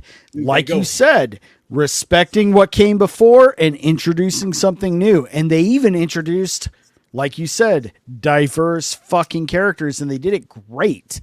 They did, but it's not like forced in there and stuff too. Yeah, and also everything that works. Show is so good. You remember when Johnny goes back and meets his buddies, and then you remember how? Oh my god! And then the dude dies. It's like, holy crap! This show can go from like it just goes kind of lighthearted. That's deep, man. That's how good writing. Oh, sorry, Selena. Oh, it's okay. I just wanted to say that Jack's gonna be heading out. Oh no, you can't leave, Jack. You know what? We'll just wrap it up here. I think we had a pretty good night. Yeah, we still got to talk about The Gentleman. Anybody watching it? We have not watched it. Hey, I have watched it. I'd love to talk about it, but I've got to dip because I'm literally falling to sleep as I'm sitting here right now. I'm falling to sleep. The Gentleman will be for next week. I will watch it. I haven't watched it yet, so we'll do it next week. Just binge it, man. Same. It's easy to do in a couple of days. You could just binge it in a couple of days, mate, and you'll be done. I heard it's like Succession. The Gentleman. Let me write that down. It's called The Gentleman. Yeah, The Gentleman. The Gentleman. All right, let's do outros. I'm sure MSK is starting to get a little randy with us. So yeah, he was in the comments. MSK's bitch ass gonna let me in there. MSK, let's find out. He's an uppity little bugger, isn't he? Sometimes. I'll send you the link anyway. Fuck him. I'll send everybody the link. Fuck him. It's going to be a raid, but not the kind you expect. Okay. Yeah, MSK. All right, Jack, since you're about to head out first, buddy, you got anything you want to plug before you leave? Yeah, come and find me on Twitter at JackTarLad. On my bio, there is my link tree. It's the link to all my channels. So if you want to go and follow and subscribe over there, that'd be great. Come and join me on Tuesday, where I will be doing a continuation of the Blood Omen Legacy of Kain stream. I put a poll on Twitter actually asking if anybody would be interested in. I put a poll on Twitter asking if anybody would be interested in seeing a music production type stream. So, go and answer, go and respond to that poll if you don't mind, because I want to know if you want to see that kind of content. Also, you can check me out on Thursday doing the commercial breakdown stream, and I'm here also as well on a Friday and on Jesse the Common Nose channel on a Wednesday. So thank you for having me once again, guys. It's great to talk to you. It's great to talk about all these new, things that are coming out, good or bad, whatever. Anyway, take care, everyone. Bye, hun. See, Jack, I'm putting your links in the chat. Thank you. Good night. See you soon. Good night. See you, buddy. I like that. Vagabond, what's going on, man? You got anything you want to mention before we wrap up? Yeah. So you'll see me on Rogue's Gallery and maybe 199 podcast. And then and if we're doing a game stream this Sunday. If I can figure out OBS, yes. Okay, I've almost got it figured out. Okay, either you do OBS or you stream yourself playing on StreamYard, but each of us are also on our own individual streams, and you would just hear your gameplay, but they would hear us through the proximity chat or something. Do you have to install this Okay, game? Is this yeah, game? but it's a free game, but it's very small. It's a small game. I'll see. That might work. I got to try to reformat this Look, thing. okay, does your computer play? Simple, I'm retarded. Alien Isolation. My computer will crash because I think I need another motherboard. It'll crash when I try to install anything like that because it's all geeked up and it's just everything. It's not getting signals from all kinds of stuff, man. It's all jacked up. My damn fan sounds like it's like. Can you play simple games without it crashing?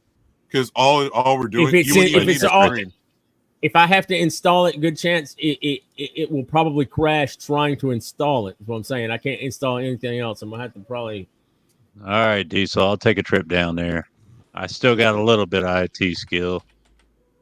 Okay. You got another motherboard with you?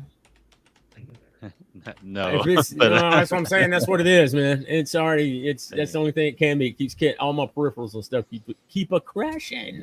Well, I'll try and see if I can install it, but yeah, besides the game stream, I got some unboxings I need to do this weekend and put them out, and then I might do a gameplay of a couple games. So I got it's a doppelganger game where it's like you got your neighbors coming in and you have to like not let everyone in and figure out who's your real neighbor or not.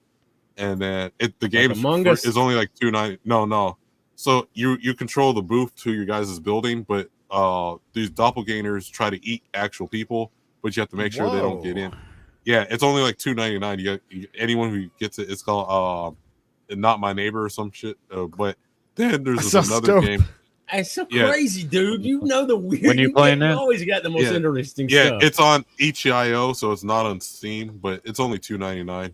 And then there's another game called Don't Pee, where you wake up with this guy with a Duke Nukem voice, and I guess you drank too much. You're about to die. So the game's called Don't Pee. Yeah, so she has a child sense of humor. So the game is literally you're running through your house, but the house is not normal. So like you go in the bathroom, the toilet's. Well, no, you find the bathroom, but there's no toilet in there. So now you got to go find the toilet somewhere else in your house. Oh my god, that reminds me of the story. It's a maze trying to find a toilet. Yeah, I've had dreams like that. So you're trying so basically you're trying not to wet yourself. And whoever the voice actor sounds like Duke Nukem. Oh man, where's the bathroom? These alien bastards. Alien bastards stole my toilet. Yeah. So as you can tell, I don't watch. I like all the weird, obscure games, and even when it comes to anime and stuff. Same thing, man. Like I was on 199 podcast telling about Mysterious Girlfriend X, and they were like, "Oh, what?" And then I'm like, "I know it sounds weird, but you got to watch it." So, just catch me around different people's streams. All right, Hellhound, you're new to this whole thing, not unlike myself, but you working anything out, man, or are you just gonna be hanging out with us for the next few weeks till you do? Yeah, I'm still hanging out with you guys until I get my retarded ass going. I got my. I know how it is. Yeah, I don't so even I got have a the channel yet. XLR mic, and I got the XLR with the. I got the XLR to USB. I thought that would work. It didn't work. I got to get the. Which No, mic did you need get, phantom dude? power. That's the problem. Your XLR needs 48 volts. So get you a Forturite Scarlet like 2i2 or something. Oh shit. Okay. Hey, hit me up or DM me on. Yeah, you guys should talk. I just use the Shure USB, but it has the XLR option that I can do later, which I'm not doing anytime soon because I'm poor. Yeah. See, that's what bothers me. Don't pee. I love it as soon as he Mine said was it. just. Selena just. I didn't notice it was just pure XLR. So I got the XLR to USB and the XLR to USB-C. So, and I mean, that's what I'm running off of right now, but I might as well have my fucking headset on. It sounds the same. Yeah, because mine, I'm using the XLR too, but you're going to need the phantom power, and that's where the 48 volts come on. And but the machine I'm using a USB-C to the it's a little soundboard. I wouldn't say it's a soundboard, but it's like a little DAC thing that you're going to plug your XLR to then to the computer. Okay. I'll send you pictures. And then, okay. Yeah, and we're probably both going to be asking you questions. Right. No worries. And I'm trying to work on trying to find out how to get my best edits down to create videos on stuff that I actually care about. Yeah, I like making fun of Ethan and all the cultists that follow him, but like awesome. Ultimately, it's I might do a couple videos about him, but I'm trying to decide how I want to start the channel. I think how I want to start it is actually going to be on Berserk. Yeah, dude, Berserk. Yeah, because I mean, it is my favorite manga all time. My favorite artwork.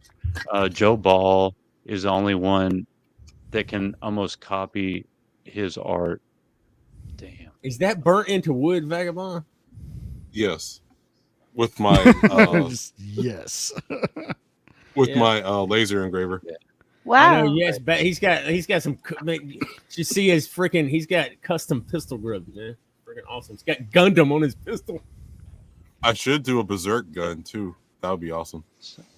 So yeah, I'm either going to be breaking down games like one game I really wanted to talk about that I think was underrated was shit.